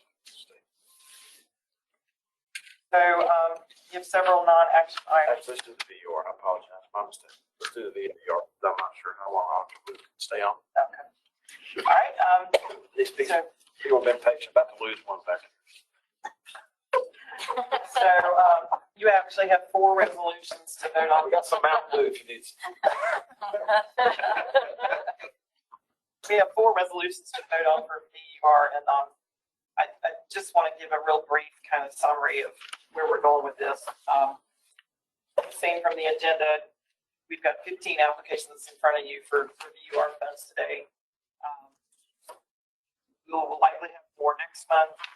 If the General Assembly adopts a budget anywhere close to what the Senate recommended, there'll be $500 million put into the VUR fund, and we'll see a whole lot more applications after that. But this is kind of the first round, other than the emergency ones that we've done previously. And I just wanted to spend just a minute talking about why VUR is different. Up until now, or fairly recently, most funders really didn't place a whole lot of priority on regionalization or long-term viability of the system. DEQ began doing that 5 years ago. I don't remember much before that. Other funders still don't put any emphasis on long-term viability. And essentially what they're providing is a Band-Aid for a system that has no chance of surviving in the long term. And we see this over and over again where the mentality, or not mentality, is probably the wrong word, where the opinion of local government is, well, if we could just get one more grant to fix X, we'll be okay. And they probably will be okay for another 2, 3, 4 years. But then the next pump goes down or the next line breaks or whatever. They're looking for another grant to fix it. And this is just a vicious cycle of grant funding. And no real attention being given to, should this be a standalone system? Does this system have any chance of operating the way it's supposed to in the future? And so that's what VUR is about, is to kind of step back and take that bigger look, that broader look, bigger picture, and say, is this system viable in the long term? And if it is, what's it going to take to get it there? If it's not, what can we do differently? So that's why you're seeing so many applications for study bills, because that's the piece that's kind of been danced around in some cases. In some cases, some of the work's been done, but we're taking a different approach, a broader approach with these applications to try and figure out the best way to provide these services to the residents that are so dependent on them. So I'll get off my soapbox now about VUR and why it's different. I do want to recognize Vic D'Amato is here, and he's been very patient since 1:30 today.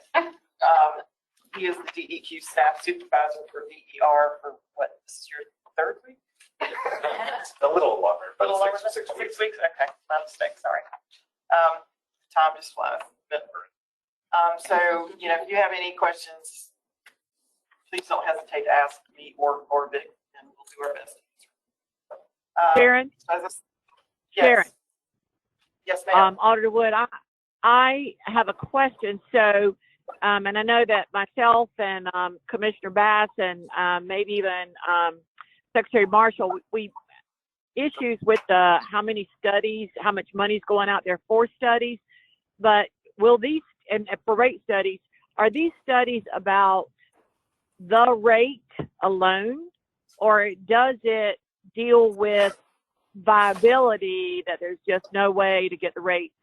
So will some of these studies come out and say, as a standalone unit, you're not going to make it? I think, and Dick, feel free to correct me if I'm wrong on this, but I think what the rate studies are designed to do is show what the rates would need to be for various scenarios for each unit. So, and I'll just pick on Eureka. We've been told that there needs to be $10 to $11 million worth of work done in Eureka to make it a functioning system. The rates to support that kind of debt would be $250 a month. That's not feasible. All right, if they join up formally with Fremont, Goldsboro, and Pikeville, and all the other units in Wayne County, I would expect that rate to be lower. We don't know what that would be at this time, but the rate study would show what that would expect. That it's not feasible. That it's not, yeah, what is expected, and you could get from the rate study that it wouldn't be feasible. Correct. But my question would be, Mr. Bond, we'll get to just a second after Mr. Bass. You're my next. question would be, if we're assuming, and I think it's a good assumption, that a regional, entity would be better and more efficient, why wouldn't the rate study be for the merged unit versus doing rate studies for each individual unit? I'm getting to that. Okay, I'm sorry. Okay. Mr. Bond. Mr. Bond. You're muted. Can't hear you. We still on mute. Oh, here, yes, okay. Here you are. Speak up. Is that okay now? Yes. Yes. All right, my question had to do with, we received some new information today and the numbers changed. So what we're discussing is the new set of numbers that we have, and most of that really took a lot of that rate study out. And I think that was a good move. And, because I agree with Mr. Bass that where you want to focus on a rates study is towards the end, when you know who your participants are, and also when you know what kind of capital expenditures you're going to have to make. So it's a little early to make a whole lot of expenditures in terms of engineering now with small jurisdictions. Some of them are only 99 residents. One has only 11 customers. It just doesn't make sense to do that. And it's just really pretty wasteful. So I think the new information we got today is at least moving in that direction. But a question really is, why are all the amounts exactly the same? Because you have some jurisdictions like Everett that have 99, and it's the same price as Goldsboro that has 34,000. That doesn't seem to make sense. Those amounts are standard allocations that DEQ makes for that type of work. These are not the actual grant agreements or the contracts for the work. The grant agreement will be made once the job is bid, and we know exactly how much it's going to cost. Anything that goes unspent will go back into the VUR pot. Are these competitive bids? I mean, do you bid on these? If you're going to do a study, do you bid on it? Yes, you mean competitively bid? Yes. I think you're just, welcome, by the way, and just identify yourself for the record. Okay. Dick D'Amato, Division Water Infrastructure. Actually, I don't know the answer to that question of whether it's competitive. It has to be competitively bid. I think the answer is no, but we're very interested. I'm particularly interested in making sure that, because I came from consulting, so making sure that those things line up, that the scopes of work and the level of effort lines up with what we're ultimately paying for these. Yeah, think I was gonna ask about the scope of work too. Yeah. The difficulty is, and the reason why it's flat 100,000 that you're seeing that is especially for some of the really small communities that don't have any internal capacity. It would be a lot to ask them to go out, work with an engineer to come up with a scope and a budget into us before we were able to authorize that funding. So it's kind of a chicken and the egg thing, but we're trying to get these units moving as quickly and as efficiently as we can, and especially with the potential funding, the capital funding, we really start getting these in process. And so, I'm sorry, go ahead. I was just going to say, even for our state, so we have a standard AIA asset inventory and merger and regionalization feasibility program under the state reserve. So that's again grant funded, but to all units, whether they're distressed or not. And those are actually the same process. So we're not treating them we're treating this group of distressed units consistently with how non-distressed units get funding from other council money. Thank you. Sharon, a while ago, did you say the Senate budget had 500 million? Okay. Specifically for VUR. Just for VUR. That says a lot about where we are. Mr. Treasurer, Yes, ma'am. I'm not sure I got a answer that I can live with. For everybody just to get allocated 100,000, it's not competitively bid. I see this thing going much like, and it just like a snowball, and next thing you know, a city for 99 does get 100,000, or it does take 100,000. I'm not sure I heard the controls or the oversight that makes me feel good about the fact that the consultants won't just eat up the whole 100,000. Yeah, I share your concern. We are actively working Now, on. I don't want you to share my concern. I want you to tell me that you are going to oversee this money and make sure that there are some controls around a city of 99 when we know it's not viable. It's just bottom line, not viable. They need to merge with somebody. So number one, I don't even think they need to have a rate study done, period. Prove it to them. And then the second piece is, I would have thought there would be some kind of a range for a city of 99, $0, unless you're talking about a merger. And then for a certain size town, then it's this many dollars up to 100. So I just would feel more comfortable with some more controls around, instead of everybody just gets allocated $100,000. Because I promise you, you allocate 100, 100 is going to get spent. I don't care how small or big the town is.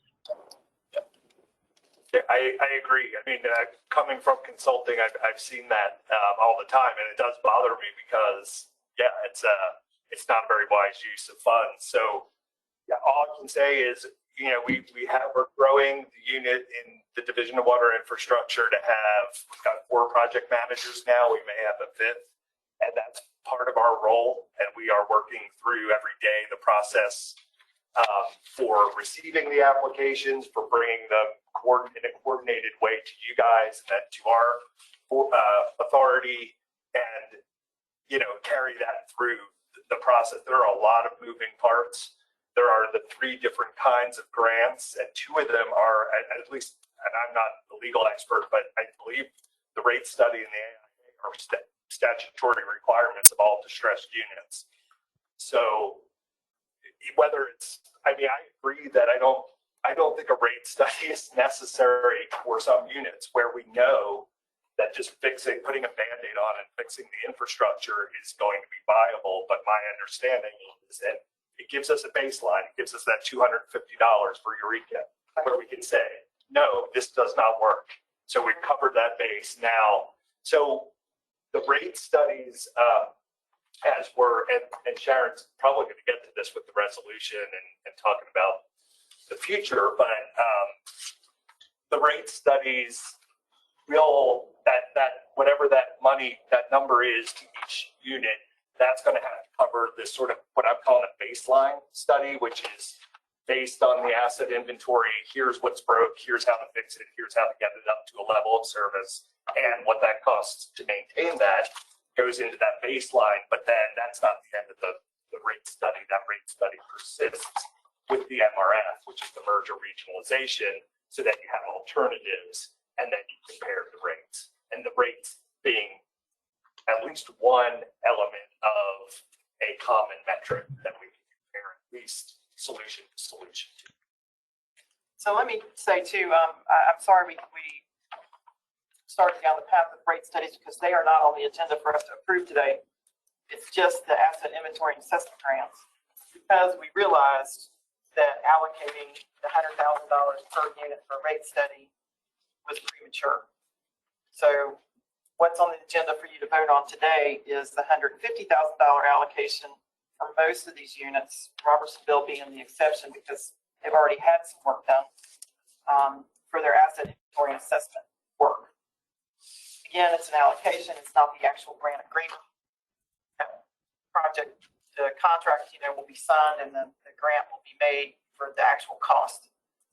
I understand you have the same concerns as you would for the rate study, that this is the first step. We've got to figure out what's in the ground, what shape it's in. Some of these towns don't even know what assets they actually have or where they are.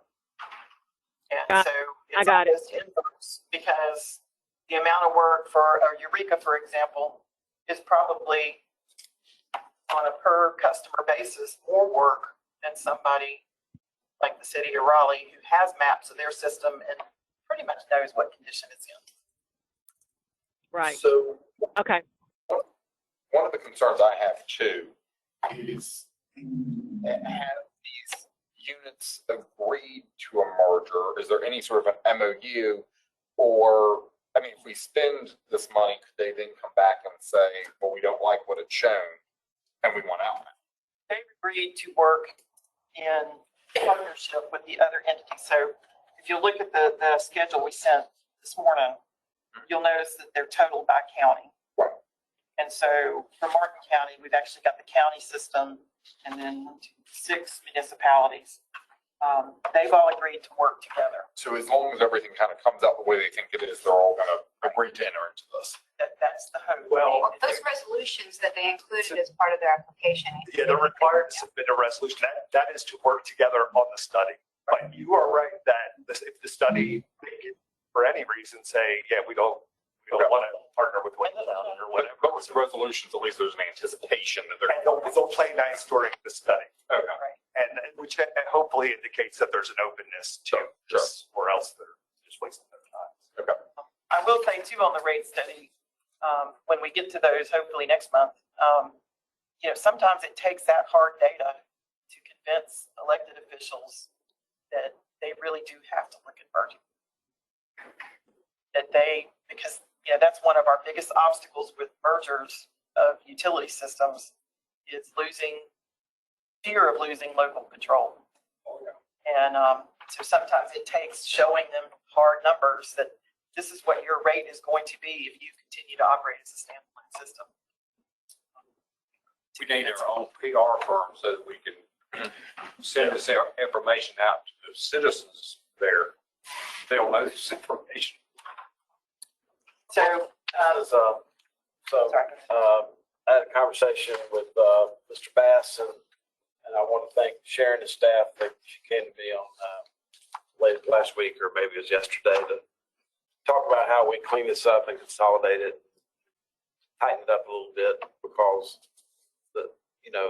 as what Auditor Wood was saying, there's the money will fit the chore, and that's a big concern, and so I appreciate staff doing that. This may seem like a little bit of a sidebar, but Victor, you were talking about consultants. You were a consultant, so are you going to be the switch? I mean, for us going forward, you will be the face of Viable Utility Reserve. If y'all want to see my face again, sure, we'll be that. So, I don't Were you always in North Carolina or did you come from somewhere else? Since grad school, so it's 1991. So I've been here for a pretty good long time. And in this, the LGC, or maybe it's just me, I always talk about, we got to start out like we're going to hold out. So if you got a VUR sitting there with $10 million in it, and half the General Assembly is appropriated or thinking about giving $500 million to it. So all these questions may seem perfunctory, but it's very important that whatever structure, whatever strategy, whatever we do, it always has to be under the context of over-promising, under-promising, and over-delivering. And so I think that's the culture of us. And I think it's important. You don't work for us, but I think it's important as we work together that you understand that's our culture. And anytime that we solve a problem, we just attack problems, not people. Anytime we solve a problem, we get to celebrate for 5 seconds, and then we get to go on to another problem. That's our world right now, all parts of this building. So that's my point of telling you that. So with VUR and you know, $100,000, whether it's 7 customers, 99 customers, or 34,000 customers, do you ever foresee a situation, and I'll just use Cliffside, where you could literally almost put a septic tank at everybody's house for what the study's going to cost you? Yeah, I mean, are you ever going to be able to say that, and my mentor for 30-some years has been Warren Buffett, he has this concept called the fat crayon. You know, there's some deals that are so good, you could figure with a fat crayon. You don't need to keep sharpening your pencil because it's just such a good deal. Do you ever see a situation where you look at it with a fat crayon and say, I don't need a study to tell me this isn't going to work? How will you operationalize that as a That's the hard part. So I absolutely, I mean, I've heard your comment before about Cliffside specifically, and actually when I was in consulting, I was talking to the division about Cliffside specifically because it looks like a decentralization, which could be septic systems or could be cluster systems, smaller package systems that have sort of a more centralized management of them to ensure that they, you know, continue to work and aren't just forgotten like everything else. That's kind of where I come from. That actually my first job out of grad school was with the on-site wastewater section in North Carolina. So I came from septic systems, kind of went through, and now part of the reason I'm here in this role is to bring hopefully some of that innovation, which it's kind of somewhat counterintuitive to think about it as innovation, because like you said, it might just be a simple septic system. But from a management perspective, it is actually very innovative. So, you know, part of why I was so interested in this position and why I think they were interested in me coming on was because I have a really strong background in decentralized wastewater as well as centralized, but just being able to connect and to consider a much wider range of solutions than what got us into this mess in the first place, which is dumping money into big systems that can't be operated. How to operationalize that is going to be a work in progress. I hope that Cliffside can be maybe a pilot or a case study.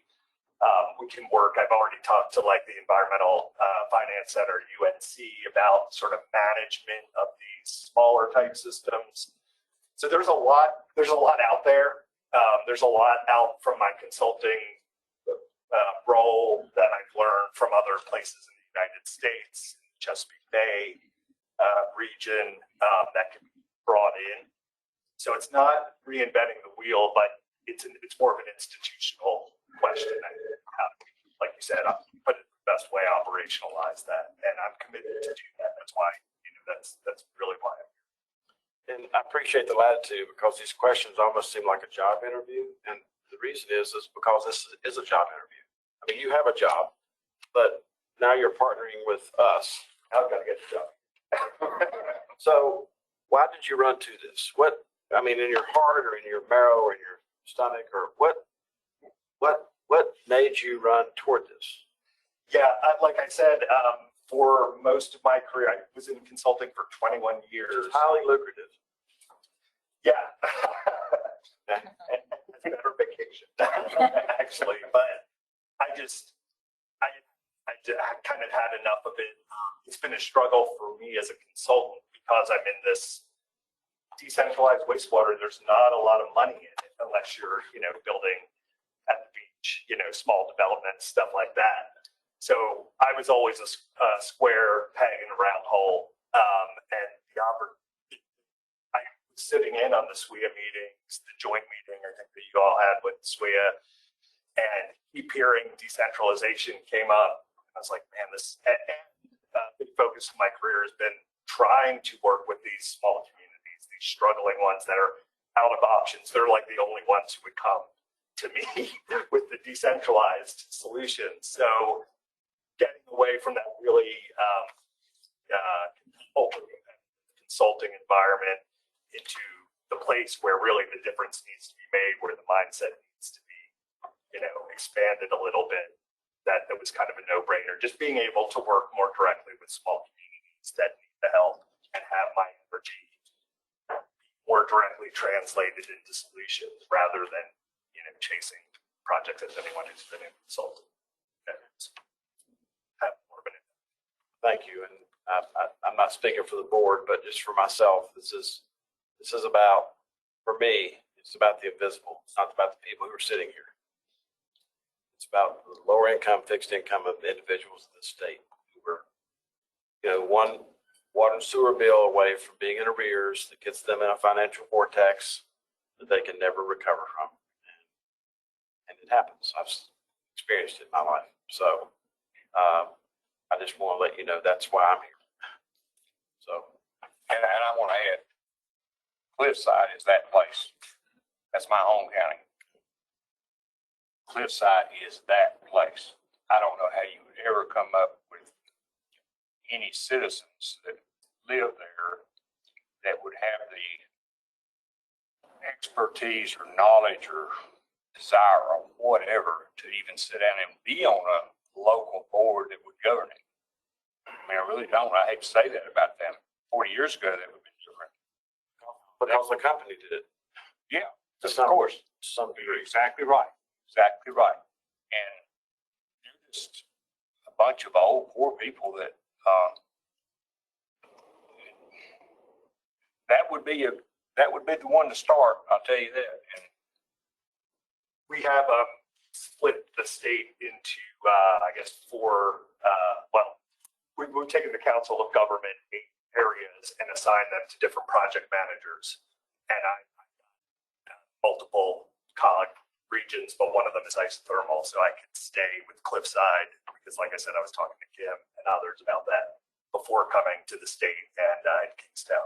So I was actually up there a few weeks ago. And were you actually in Cliffside? Yeah. You know what I'm talking about? Absolutely. I mean, it's just a bunch of poor old mill houses that used to be something. Cliffside is down there on the far end. It touches South Carolina. So you got the rest of the whole county up there that got their own issues. So when we first started talking about Cliffside, I know Mr. Philbeck and I are very familiar with that area. And we talked about, well, maybe merge. There's nobody to merge with. I mean, you're almost like an island. 18 miles away from the next straw or something. Yeah. You go to Cleveland County, go to Forest City.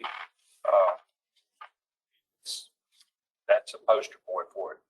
But I'm glad that you're going to be the new face for us, and I can sort of chime in what the treasurer said. We'll have these same concerns every time. I mean, I appreciate, sometimes it's more refreshing to talk to people who are not in the engineering or the water management world to get some of that sense of, there's got to be a better solution here, that idea, that vision. So thank you. And I hope you will, and I know you will, carry back to who you work with about our concern. Maybe you can't bid them. Maybe it's not a competitive bid. Maybe you're not required to do that. I don't know. Most things are, but how that you evaluate these things with he was talking about a big crayon a while ago. Now I'm talking about a narrow, real sharp pencil. Any other board members? Thank you. And going back to what the mayor said about requirements, one requirement I think you should make sure you leave here with. We like our answers. Sometimes they're emotional because these are emotional topics. People not being able to turn their lights on or flush their toilet or brush their teeth. These should be emotional topics. And they are. And not to be political, but to be mathematical. And when you answer us or deal with us in the future, if you don't know the answer to something, it's okay to tell us that because we do that all the time. And secondly, if you give us an answer to something that you find that later on you get new information or a better way of looking at old information, then you have a unilateral responsibility to come back and tell us, I told you this, and now because of what we've discovered, this is what I would have said if I'd known this. And we deal with people. It's not always an easy way to live, but it's a real simple way to live. I hope I speak for the whole board. That's how we want to be dealt with. And as you can see in the last 3.5 hours, maybe it's just fortuitous that you sat through all this. But you can see the heart and the intuition and the mind that goes through all these really big issues. And so I think you know a lot about us as a result of sitting here. So we appreciate your patience. We appreciate you coming for us today.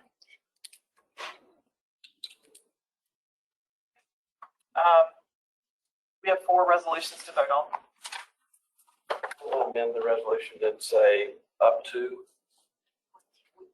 wherever, everywhere. We're setting 150,000 up to. I think that would give y'all the flexibility you need. Send you therefore number 1.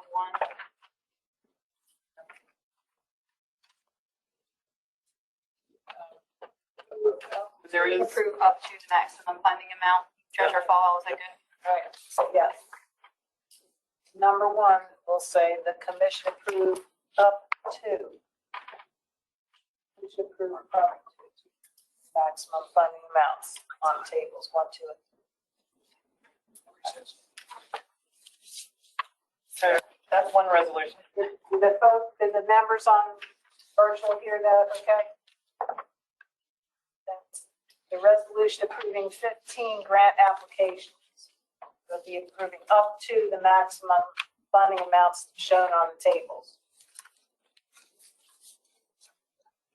Don't all speak at once. Yeah, I can see that. Okay. So the resolution Cindy's referring to is the one entitled Resolution Approving 15 Bible Utility Reserve Grant Applications. And those are the 15 that you received the new table this morning via email. The Martin County group, the Cleveland County group, and the Wayne County group, totaling 15 different local governments for asset inventory and assessment grants for up to $150,000 allocation. Jefferson and Robertsonville, their allocation will only be first resolution. The second one is adopting the evaluation criteria for VUR study grant applications. And this is the resolution where it breaks studies into, or the units rather, into category 1 and category 2 entities. Category 1 are the highest priority prizing units designated as distressed due to their financial affairs being under the control of the commission, as well as units designated as distressed and working with the distressed units under the financial control of the commission. So this would be units like Robertsonville, Pikeville, Eureka, and Cliffside. Also in that resolution is to create a category 2, which is all other local governments identified as distressed and were not deemed to be in category 1. those category 2 grants would be considered after category 1 grants.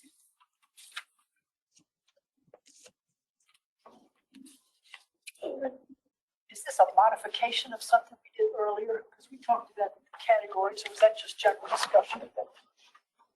I think that was just general discussion at that time, and it was also probably part of the scoring criteria discussion. This applies to the prioritization for the grants. That was the right. scoring, the assessment criteria to create the scores, and now this is using the scores to prioritize the grant applications. Right, and a related resolution, the number 3 is a resolution of approving use of VUR funds for non-distressed local governments included in a regionalization solution. So, for example, in the list of AIA grants, you'll see things like Wayne County and Jamesville that are not designated as distressed, but because of their physical location are likely to be part of a regional solution. And so this would allow the VUR money to be used for studies for those entities as well. And then the last resolution is approving the education component that is required of any unit designated as distressed under the VUR statute. This is a statutory requirement. They attend training. And this resolution, just by statute, we have to sign off on what DEQ is proposing, or what they've put together for the training.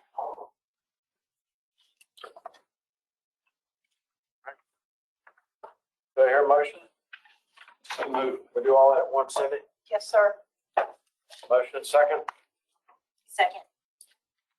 Thank you. Any further discussion? Not, clerk will call the roll. Thank you. Mr. Paget, Ms. Jacobs, motion and second. Note that Auditor Wood left at 4:36, so I mean, that's right. Secretary Marshall? Aye. Thank you. Ms. Harris?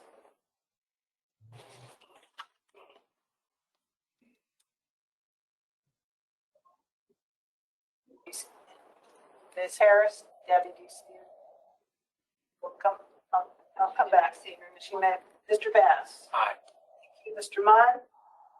Aye. Thank you. Mr. Philbeck? Aye. Treasurer Falwell? Aye. Ms. Harris? She won't left. Okay, we'll check. All right, motion carries.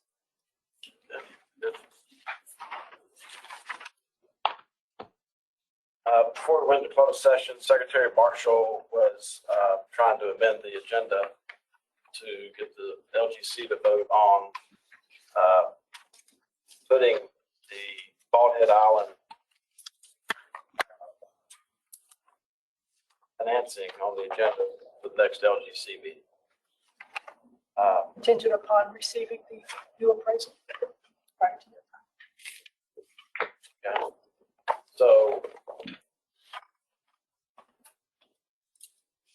we'll try to make this as quick as possible. Treasurer Falwell? Yes. Do we put, I think we might need Tim. Do we have two applications now? Or which, are we talking about the authority or the village? For Secretary Marshall's? We have an outstanding application from the authority. Right. I assume that's what you did. Yeah, and we have received the village's application to issue general obligation bonds. The ferry acquisition. Don't see any reason why both of them. And what's our status? We have answers to the questions. Yeah, the questions, they sent answers to the questions that were, we asked them at the June meeting, so we've gotten those. We're waiting for the appraisal, the new valuation, which I think is going to come this week. I think that's what I recall them saying. And so both the village's request and they all depend on this valuation. So are you asking to put both applications or just the authority, or, and you may not have been aware of the village at that? Well, I was not aware of the village application, but I'm with that big one also. Sense, okay.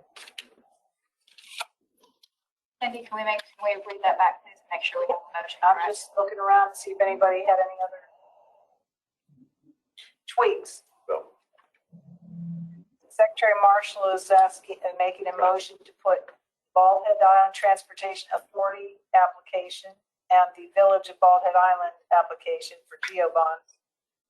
First one being revenue, Village GEO, on the August 3rd agenda, pending, contingent upon we received a updated appraisal Well, and the application are complete. and the application. Yeah. I think we got everything for the, And potentially there's some alterations based upon the appraisal. yeah. They can't hear you. That potentially there could be some alterations to the application based upon the appraisal. So I have a quick question. Are both of them related to the, Yes, the purchase of ferry? that's correct. Okay, so if one is approved, then is it necessary to both? Or, I mean, they both can. Okay, so, right. Can't acquire. So was there, so I'm assuming one came in first, then another one came in second? I'm assuming that the Village of Bald Head Island is the latter one. Yes. Okay, but you're saying, or staff is saying that there was both teed up to be discussed at the next meeting? No, Secretary Marshall's saying that. Staff's not saying that. Well, I was just asking as far as, I mean, is it outstanding items associated with it, or? Well, the processes are different because they're different types of bonds. Right, I think the village is the general obligation and then Correct. the So the authorities. village won't be able to do anything till they have a referendum. Okay, So, you know, assuming they both pass, I mean, you know, we approve both. I would think that the authority would go ahead and buy the system. You know, issue the bonds, buy the system. For the And not wait for the referendum. This has been pending since December, January last year. right, I understand the authority application had been, but I didn't know when the village application I mean, had been. I don't really want to get into a discussion of this now, but I mean, And I'm sorry, I'm just trying to make sure I I understand. mean, potentially, if they both come at the same time, the commission could say, well, you have to wait until the referendum results are known before you can. Okay. So there's a variety of scenarios. So, Secretary Marshall, obviously, we have a process here that either you're not happy with or not comfortable with. So, think that,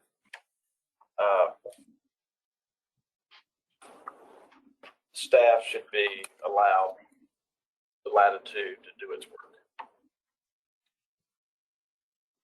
I always believe staff should be allowed the latitude to do its work.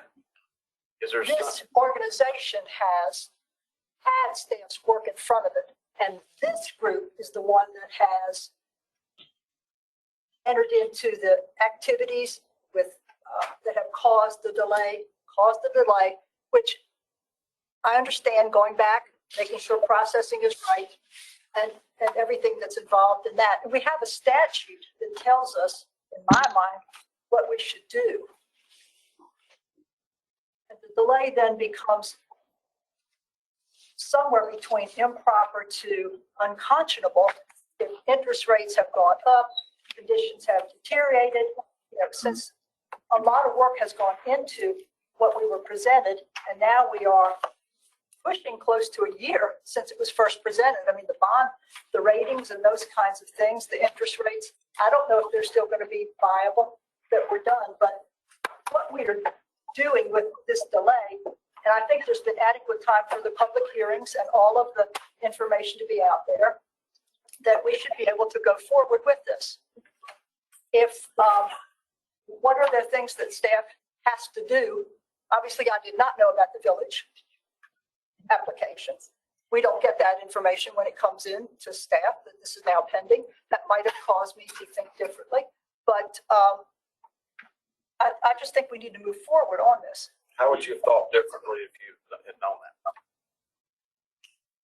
I may have asked, what is our schedule on this? still do that. But what is our schedule?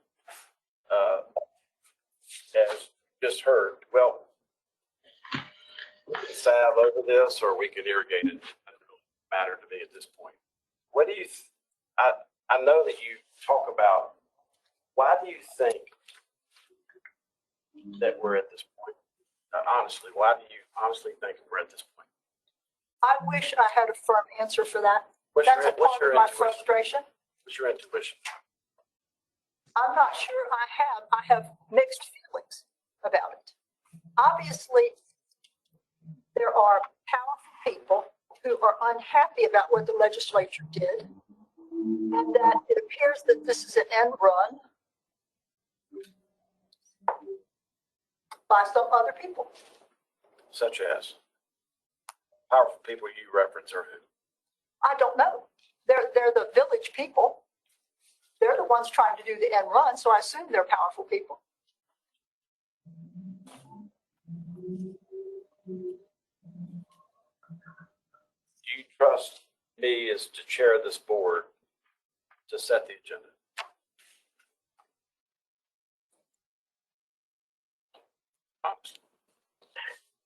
This is Michael Council. The 851 West Warren Street, apartment, West Warren Street, apartment 6. I told you about a mower. It's still running. Somebody heard. I trust you to do your job, but that includes those of us who are also public servants trying to do our job to have the information about what's going on. Well, is there any evidence that I've tried to withhold information? I'm not sure. Really? Yes, sir.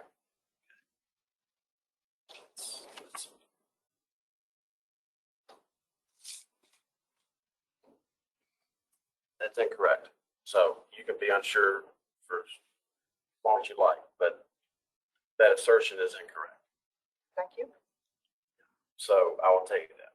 So you've been on the LGC for 20 some years. Have you ever moved to put something on the agenda? I have not had to move. I have made suggestions that thing be on the agenda, and yes, they were put on the agenda. Because politicizing this is not right thing for that community or for the citizens, especially for the people who actually work on it. And so when you talk about big, powerful forces, immediately, always, as I've said from the beginning, it's about the people who have to work on the boats, not the people who own the boats. And the ratio of people, this is not new news to you, whether you choose to accept it or not, but the ratio of people who work on the island, who do manual work and other types of work on that island, this time of year is probably 7 to 1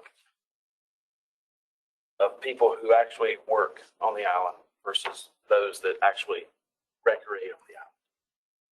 And when you start looking at, even in this labor market, the amount of hours that a individual might have to work just to get to work, that's not gasoline, it's a toll road. And you consider the fact that these issues that you suggest that have been put out there to kind of slow this down by powerful people.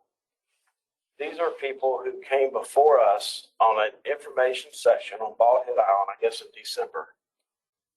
And I agreed to have them come to, because I didn't think there was an issue here. Had never been to Bald Head Island. I didn't even think that Bald Head Island was even a controversy as far as the LGC was concerned. No clue. But either one way or another, as I've always done in my time in Raleigh, I always ask at the end of everything, is there anybody opposed to this deal? And the answer was no. And whether you like it or not, or anybody else on the board likes it or not, that was factually is incorrect as the Webster's Dictionary to define that term. And so I'm gonna finish, okay? Because the fact is, we got another complicating factor, which it's in your board materials, I'm sure somewhere. The village has the right of first refusal. I didn't know that until 7 weeks ago. The village has right of first refusal to buy this ferry system, even though there's a piece of legislation over here. The reason why this is so complicated is that A, there's nothing like it in North Carolina. That makes it complicated. B, it's never happened before in North Carolina. That makes it complicated. And C, if you look at who was picking all the people to determine whether we should give a thumbs up to this deal, the seller picked and or financed everything involved in this transaction. Then at the end of the day, whether it's 32 million, whether it's 38 million, whether it's 47 million, whatever the amount is, it's going to be paid by the people who ride that ferry system. And this time of year, is 7 to 1 of those people are the working people that make that place run. And so, obviously, something that you've never done before in all your decades on the LGC is actually make a motion. I guess would say over the objections of the chair who normally sets this agenda. You've never done that. You've made suggestions, and you've never done that. And my point is that we have a responsibility, whether anybody likes these words or not. This is about governance. It's about transparency, which we haven't had, and it's about valuation. Because I can tell you in my research of this, which has been available to you, when these folks came in front of us in December, what you thought they were buying is not really, wasn't the case. So for example, I've been to Bald Head Island now one time. I've never spent the night on Bald Head Island. When you get off that ferry on the island, there's a little postage stamp building about twice the size of this. And those were the bathrooms. Okay. And not to try to be crude, but if you're my age and you get off a ferry, you probably need to be looking for a bathroom. Sorry, it's going to happen to all of you. Just get ready. Well, if you go down there right now, those are all boarded up. Those bathrooms there's a wall that's been built because the people who are selling this ferry system that the public is going to be asked to pay for the next 30 years, they sold that postage stamp building, which had the 2 bathrooms in it. And some of this may sound like, what's the treasurer talking about? What I'm talking about is that this commission is going to have one opportunity to figure out what's right and get it right and keep it right. And we're going to have one shot at this. And by forcing something on an agenda that you've not done in over 2 decades as a member of this agenda, of this commission, when there's no staff recommendation, now we have 2 applicants. Now we have the village has said, I think in a letter to us, that they're not going to renew the waiver of their right of first. Yeah, they're not going to waive. They had waived their right of first refusal on this asset. And you're the attorney, I'm not. I mean, this is really to me, it's kind of complicated stuff, but I don't know why. And forcing this on an agenda, which is when all this, and what I've said to you, and which I said to you now, when the governance is right and the transparency is right and the evaluation is right, even if there's 2 applicants for this, we will have a special meeting. It doesn't have to be August 3rd. Because I can tell you, I'd like to not be thinking about Bald Head Island right now, personally. And so, I've said what I'm gonna say. You can be glad to. Well, I'm going to be very brief. In my time, we've never had to have a motion. Obviously, things were a little different because the executive committee did most of the work. We do full commission now all the time. But we worked cohesively. Everything was unanimous. We worked things out. We never had to have a motion. Second, I very clearly remember from that November meeting, which you have talked about a misrepresentation, that it was very clear that the vote coming out of the authority had, it wasn't a unanimous vote. There were votes against it. I was very clear in understanding from that meeting in December that it wasn't a unanimous thing, that there were people that were opposed to it. I think it's even recorded in our minutes. There was opposition. That was made known at that meeting. There must have been a misunderstanding between you and that person. I don't know. The person holds up their hand and says, that's literally what happened that day. These people are in favor of it, this people in favor of it, this people in favor of it. But the question was, who's opposed to it? Well, they gave a number. They didn't give names, but they gave a number.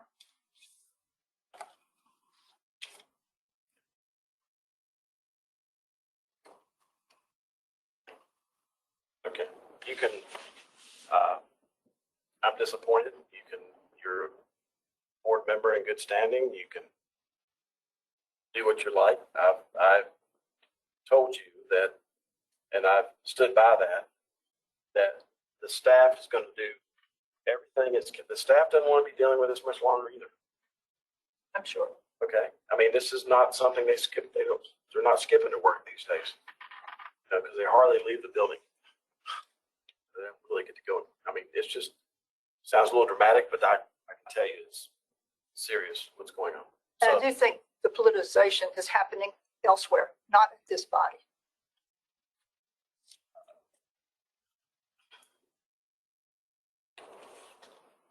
We don't have vested interests except to get it off our agenda, do one thing or another.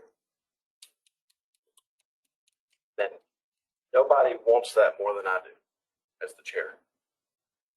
So that's where my heart is, and I've not wavered from that.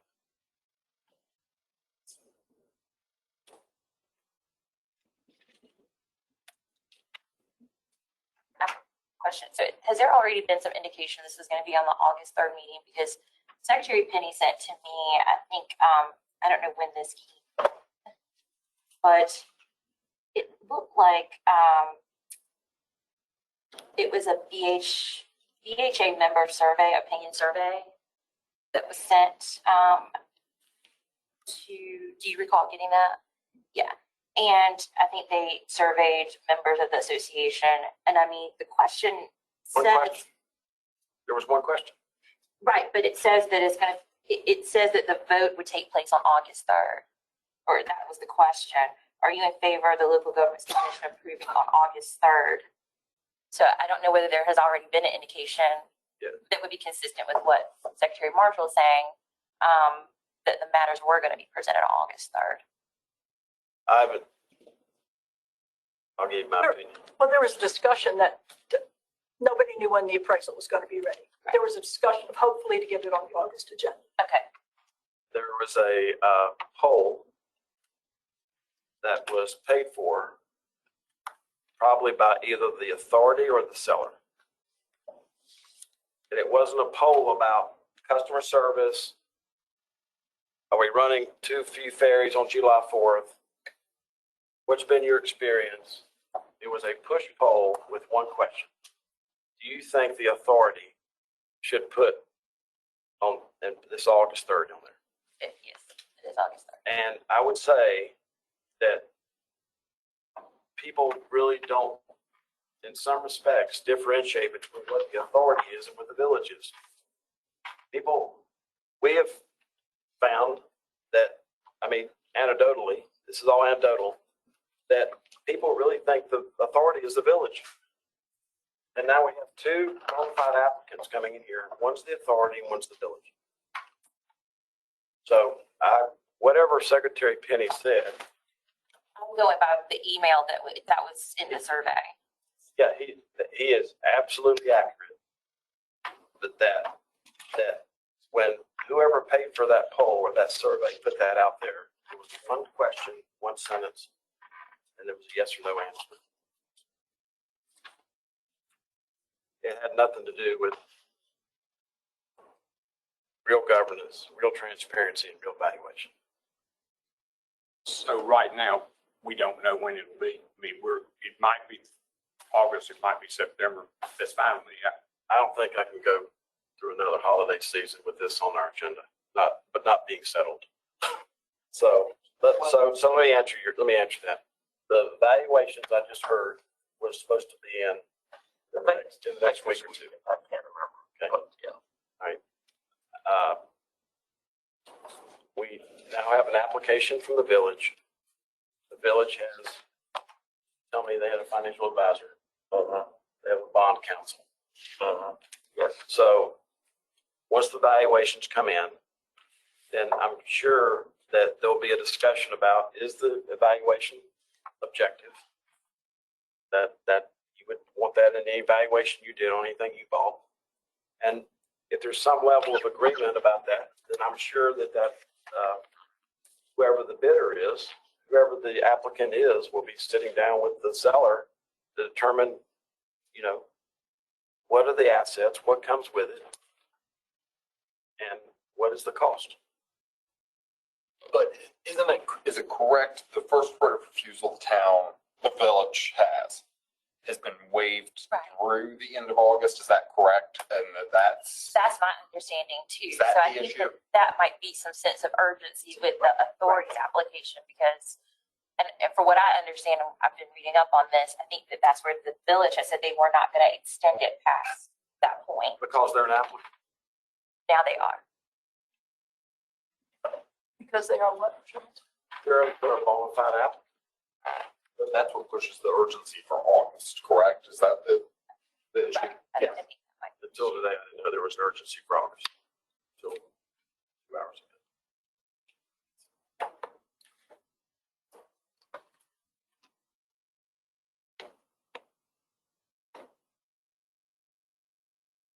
I'm asking this board to let the staff do its work. And I have absolutely 100% confidence that they will do that.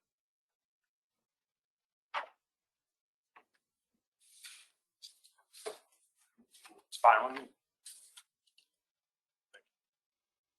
So at this point with the motion that Secretary Marshall had, That's her choice if we want to run through that process. Or if she would like to withdraw her motion pending this new information. And I will tell you that if that motion is withdrawn, then what's today? July 13th. Sorry. the 13th. July 13th.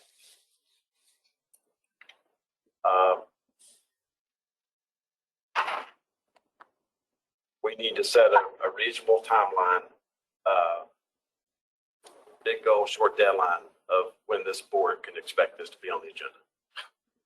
I would like to modify the motion, since the thing has been waived to the end of August, that it occurred during the month of August, so that the staff has time to do their work, but we will not be forcing that deadline. Well, I think it's waived until, is it August 6th? But doesn't that take one player completely out of an applicant completely? Doesn't that disqualify them? I don't know what else they have to do. They have an election, which they can't have before. Yeah, but why would you want, if you have two bona fide applicants, why would you want to disqualify one of them? Because, I mean, why would, I would think that you would want the most governance, the most transparency, and What? I guess if we go past August, is that not what's going to happen? Because if the town is saying that they've only waived it until a certain point, and then we get past the point from which they waived it, then are you not going to, or is the board not going to run into that same situation with the authority's application? Because I'm pretty sure the village at that point is going to make some argument as to the viability of the association's application. but they're not the one that had a waiver or asked for a waiver. Well, from my understanding, the village had the first right of refusal, correct? That's what I've heard. Okay, and then they That's what we learned. Okay, and they waived that right. They waived that right until I think it's August 6th. So right now, their right of first refusal is not in play because they waived that right.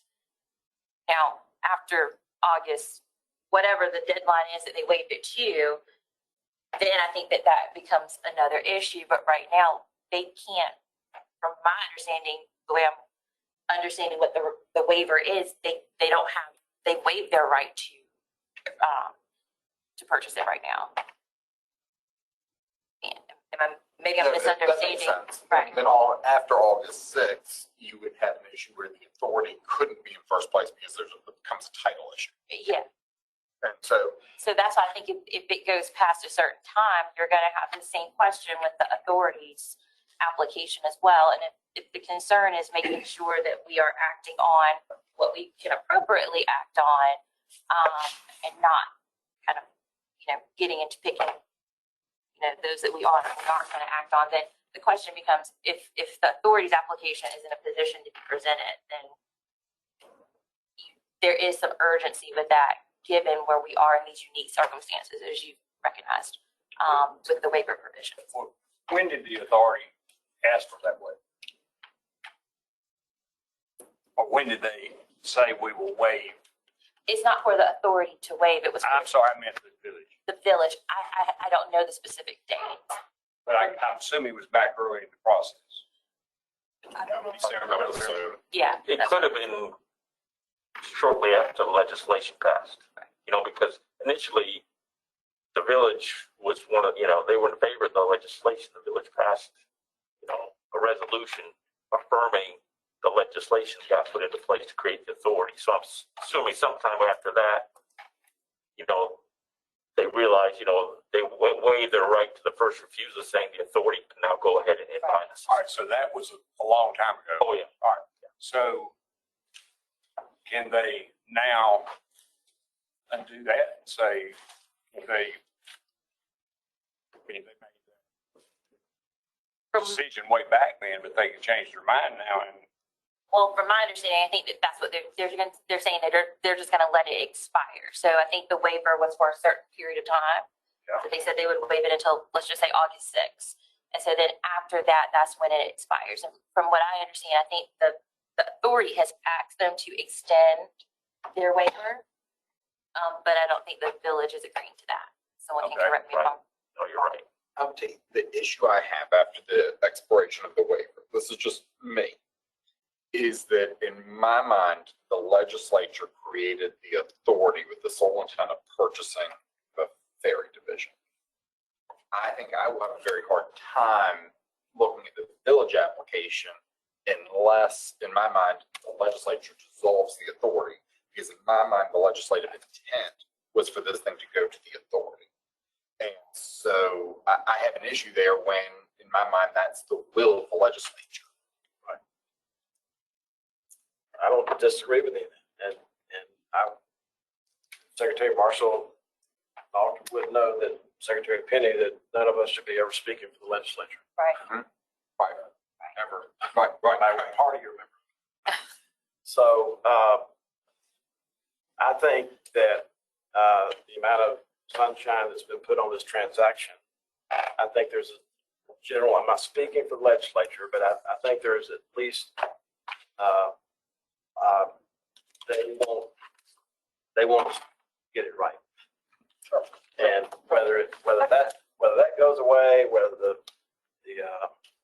right of first refusal goes away, or whatever it is, to get it right. Sure. And that's all I'm in favor of. And I can tell you with every ounce of my being, like with every other topic we've discussed today, this is how we're approaching this. No differently. And knowing what you're getting and what you're paying, and correct evaluations, needs, there's a lot of moving parts here. And but I trust the staff to figure it out. And I'd like for the board to trust the staff who wants to get this off their plate as quickly as I want them to get this off their plate. So.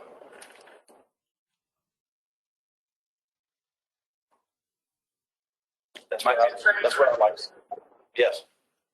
What exactly is the staff prepared to, what is their standing right now? The staff standing? Why? Usually take staff suggestions. I'm trying to find out what is staff suggesting?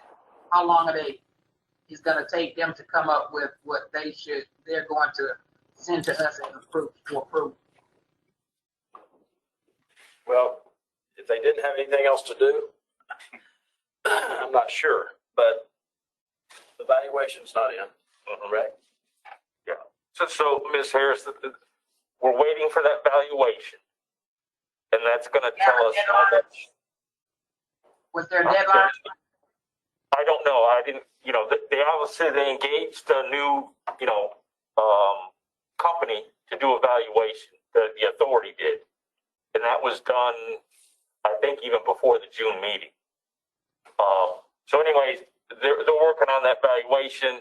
The valuation will be, give us a number. And then they'll have to the authority will have to refresh its documents, depending on what that number is, the feasibility study. If it's the exact same number, then, that'll facilitate things because it's the same number we were talking about before.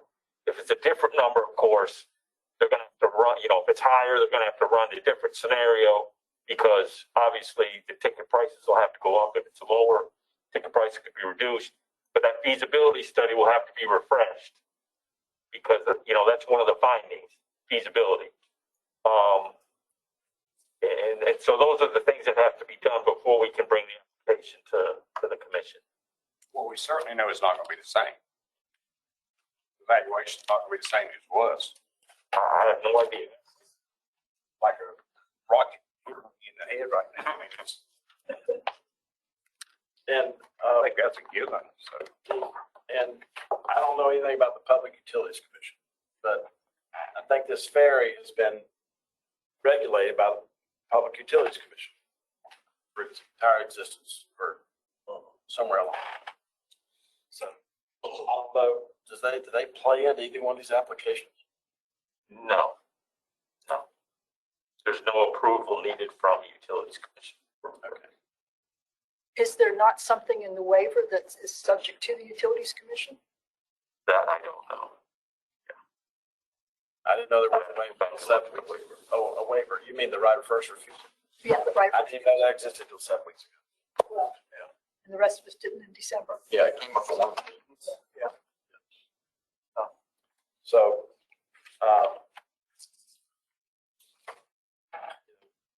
But it sounds like if the appraisal is going to be in a week or so, then August 3rd is a realistic deadline. well, I would just say we will know when it comes in, Staff will let us know it's in. And I assume that's something you would share with us. yeah. Of course. So then I think staff and the chairman can make a decision. What you're saying, it would certainly be simpler if you're interpreting the waiver goes through what? Does it go through the end of August? I don't think it's through the end of August. I think it's mid-August, but I think it's after the August 3rd meeting. I don't recall. I don't know. I'd have to look. News. Well, I can,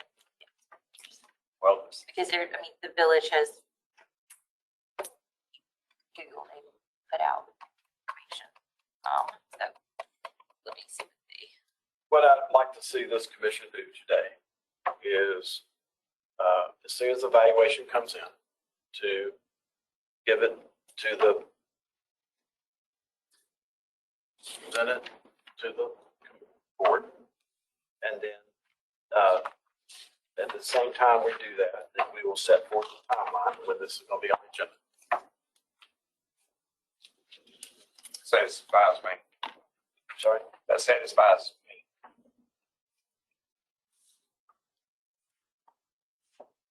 And the village can make a proposal before they have a referendum. Is that correct or not? The village could make application to the commission, yes, before. And in fact, that's the normal process. We've got people that are making applications now for the referendums coming up in the fall.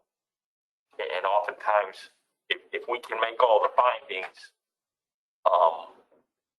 without having to have the referendum, the commission goes ahead and makes the findings and approves it.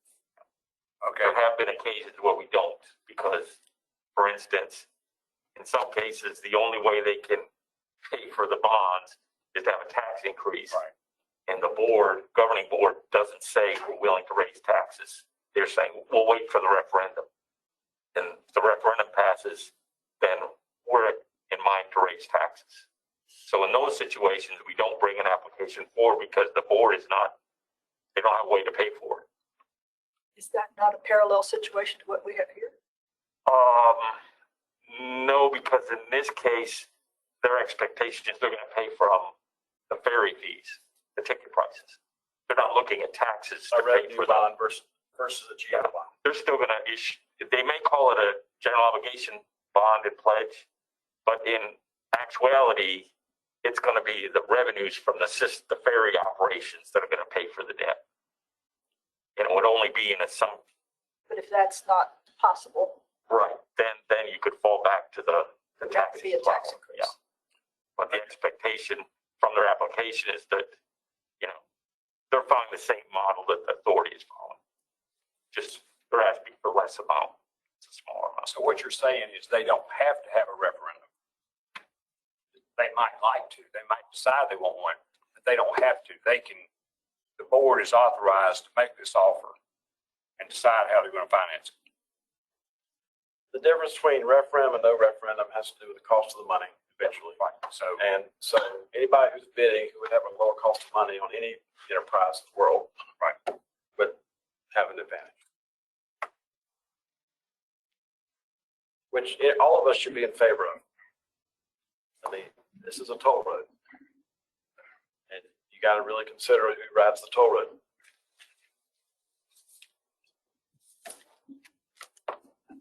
That would be my suggestion to the board. The board can choose to go along with that. As soon as the evaluation's in, we share it with the members along with a timeline of when this will be on the agenda. Is that in form of a motion?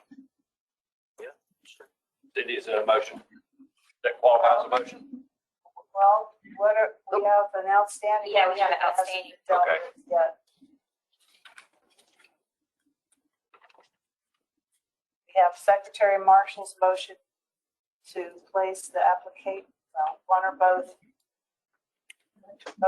applications on sometime and have a meeting sometime in the month of August.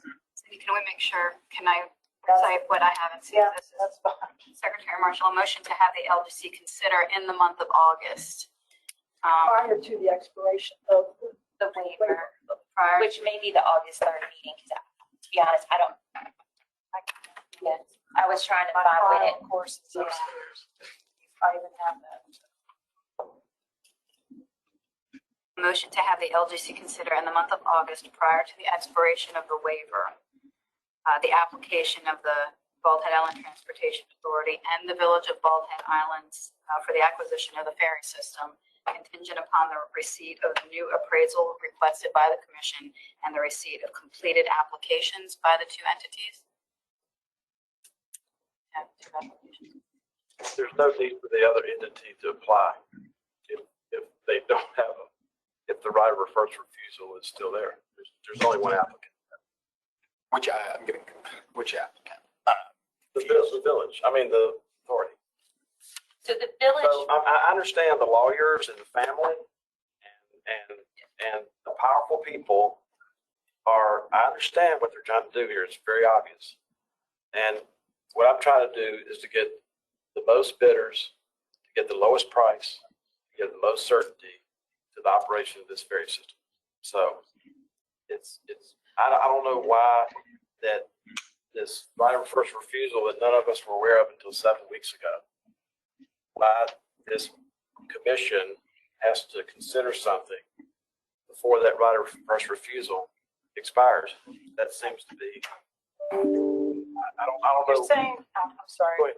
this is Cindy Aiken. It's the waiver is going to expire. Bald Head, the Yes, village the waiver. waived, yeah, that's what you meant. So what's my option to We're waiving, recommend a substitute motion? well, I mean, we have to take them one at a time. Is there a second to Secretary Marshall's motion? Secretary Martin, does your motion still stand? Okay. And what is your motion? Debbie, go ahead. A motion to have the LGC consider in the month of August, prior to the expiration of the waiver of the right of first refusal, the applications of the Bald Head Island Transportation Authority and the Village of Bald Head Island for the acquisition of the Bald Head Island ferry system contingent upon the receipt of new appraisal requested by the commission and the receipt of completed applications by the two entities. With staff recommendations. Staff doesn't have to. I'd like to hear staff's recommendations. I'll second the motion. Sorry, we're adding that to, I'm sorry, Mr. Treasurer, we're adding that to the motion, correct? That should be Yeah, added. I'm going to make a substitute motion.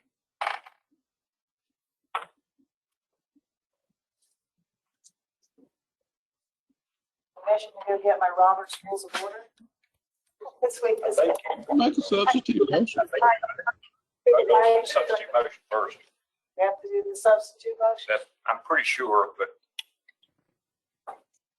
I didn't read the book. I've just been in so many meetings. I'm pretty sure that's the case. Ms. Harris, you're on a board currently. Yes, this is when we would get the substitute motion. That's only with the agreement of the person who made the motion.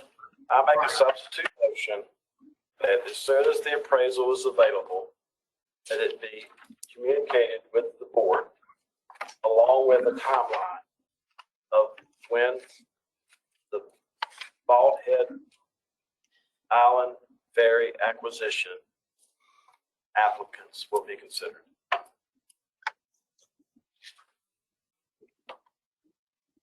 I do not accept that substitute motion. What do you say, Secretary? I do not accept that substitute motion. But I'm still caught up. So yeah, I don't know about this part. I don't know about the rules. Yeah. It's going to be really important. Yeah, how the substitute. Edmund, are you still with us? Don't think so. He left. Okay. Mr. Munn left that, Set through a C and these two. If it's appropriate, I'll second the substitute for purpose of discussion. Thank you. Sorry, this never comes up. So My understanding is in a substitute motion, you discuss the substitute first and vote on it, and then if it fails, you vote on the original. That's correct. That makes sense. that's right. Okay, Okay. that sounds right. I'm looking for my cheat. So Here it can you is. I repeat the finally found my substitute cheat motion, sheet. please? that as soon as the appraisal is available, it would be shared with the board, and a time, along with the timeline of when the Bald Head Island applicants, applications will be accepted. That's Repeat it again, please. We in motion discussion. that as soon as the appraisal is available, it would be shared with the board, along with the timeline of when the Bald Head Island Ferry acquisition ferry acquisition will be considered by all applicants. applications will be considered. But So as soon as the appraisal is available, it will be shared with the board, along with the timeline of when the Bald Head Island ferry acquisition applications will be considered. That's right. for purpose of discussion, I guess I'm I'm going to be on record as voting for it, although I wanted to get discussion. But just my rationale is that in the 8 years I've served on this board, I've never seen anything like this. And it's obviously from all the emails, even at my level, I've gotten from both sides, what I've looked at online from both sides on the Bald Head Island, Village of Bald Head Island's website. This is a very big deal to a lot of people, and it does seem to me like that we ought to hear both proposals, and that's why I second the motion. Substitute. Mr. Phillips, if somebody powerful is trying to manipulate it or stop it, I must be so far west that I hadn't heard about it. So I haven't called. I can tell, obviously, there's strong feelings on both sides, but I haven't. Nobody's offered anything. Wasn't Secretary Marshall's motion to hear both? Yeah, well. Okay. Well, I apologize, but somebody didn't think that a substitute motion was worthy of putting on a cheat sheet, so I'll go with, Substitute motions on the floor. I think we've got, trust Ms. Harris, she's doing this every month. And I, as chair, would appreciate the support of the commission for the substitute motion. We still in discussion? Yes. Truthfully, I don't know how we could make a decision anyway until we actually get the dollars and cents about what's going on. So I'm, putting on in August and we still don't have any information. How do you decide? That's why I made the substitute motion, Ms. Harris. Thank you.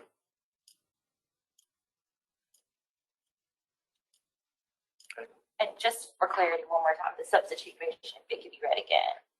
Certainly. As soon as the appraisal is available, it will be shared with the board along with the timeline of when the Bald Head Island ferry acquisition applications will be considered.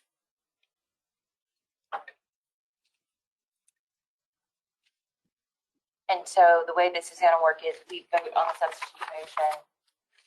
And obviously, we don't need to get to Secretary Marshall's motion. Exactly. Is that correct? Okay.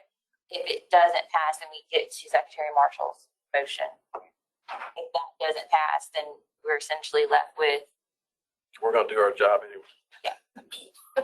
Which is what we've been doing the whole time. This was a follow motion, and Philbeck. Mr. Philbeck seconded. Yes. Any further discussion on the substitute motion? Hearing none, the clerk will call the roll. All right. Sorry. Luckily, I brought. Okay. All right. This is the substitute motion. Falwell, Philbeck. All right. Auditor Wood is absent. That's not true. Speak up. Secretary Marshall. Okay. Ms. Jacobs. Okay. Ms. Harris. Aye. Mr. Bass. Okay. Mr. Munn's absent. I believe we have 6. Mayor Paget. Aye. Sorry, aye. Aye. Mr. Philbeck was an aye. All right, so 1 second. 1, 2, 3, 4. 4 yes. 1, 2, 3 no. Is that right? Yes. Wood's absent. Munn's absent. Substitute motion passes. Thank you. As we adjourn, I want to, okay, we got a couple of action items we need to read in, then I want to. So we have 4 non-action items that are on page 2 of your agenda summary. City of Greenville, Johnson County Industrial Facilities Pollution Control Financial Authority, Pasco-Tank County are all rate modifications. And then we have the statement for LGC Secretary Marshall for William have been Just wait until. and reviewed. Oh, I thought you were with him. Oh, we're sorry. Welcome. My turn? Properly. Oh, sorry. Cynthia, welcome, Mr. Toole. And just as we've been doing, this, Mr. Toole is the Secretary of State designee, and his statement of economic interest was evaluated and sent to us from the Ethics Commission. Again, this is just for purposes of following the state general statute requirement to have these in the minutes, and just to remind members to review your own SEIs, to be watching out for potential conflicts of interest. Thank you. Thank you, board members. Ms. Jacobs, you're welcome anytime. It was fun. Good, it was fun. It was something different than tax, so, Well, I'm sure we'll possibly be seeing more of you. You don't fill out SEI unless you're going to do something with it, right? So, welcome. I want to say a word about how hard the staff is working on behalf of all these really delicate issues. Some big, some little. And I just,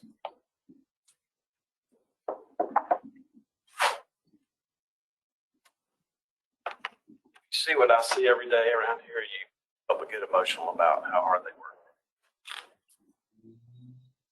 It would be impossible not to get emotional about how hard these folks work.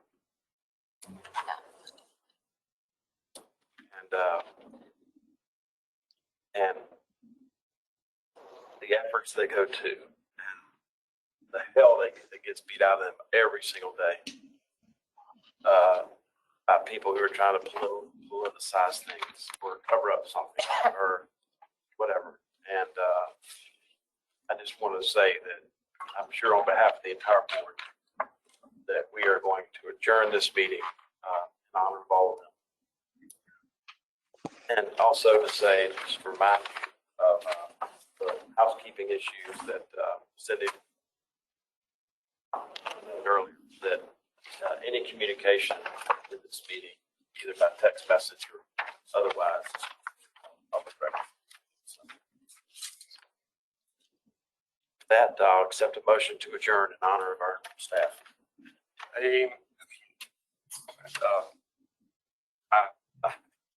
Motion. so excited, he can't even get the word. Ms. Jacobs, you like to second that? I'll second it. Motion is second. Any further discussion on adjournment? And if not, clerk will call the roll.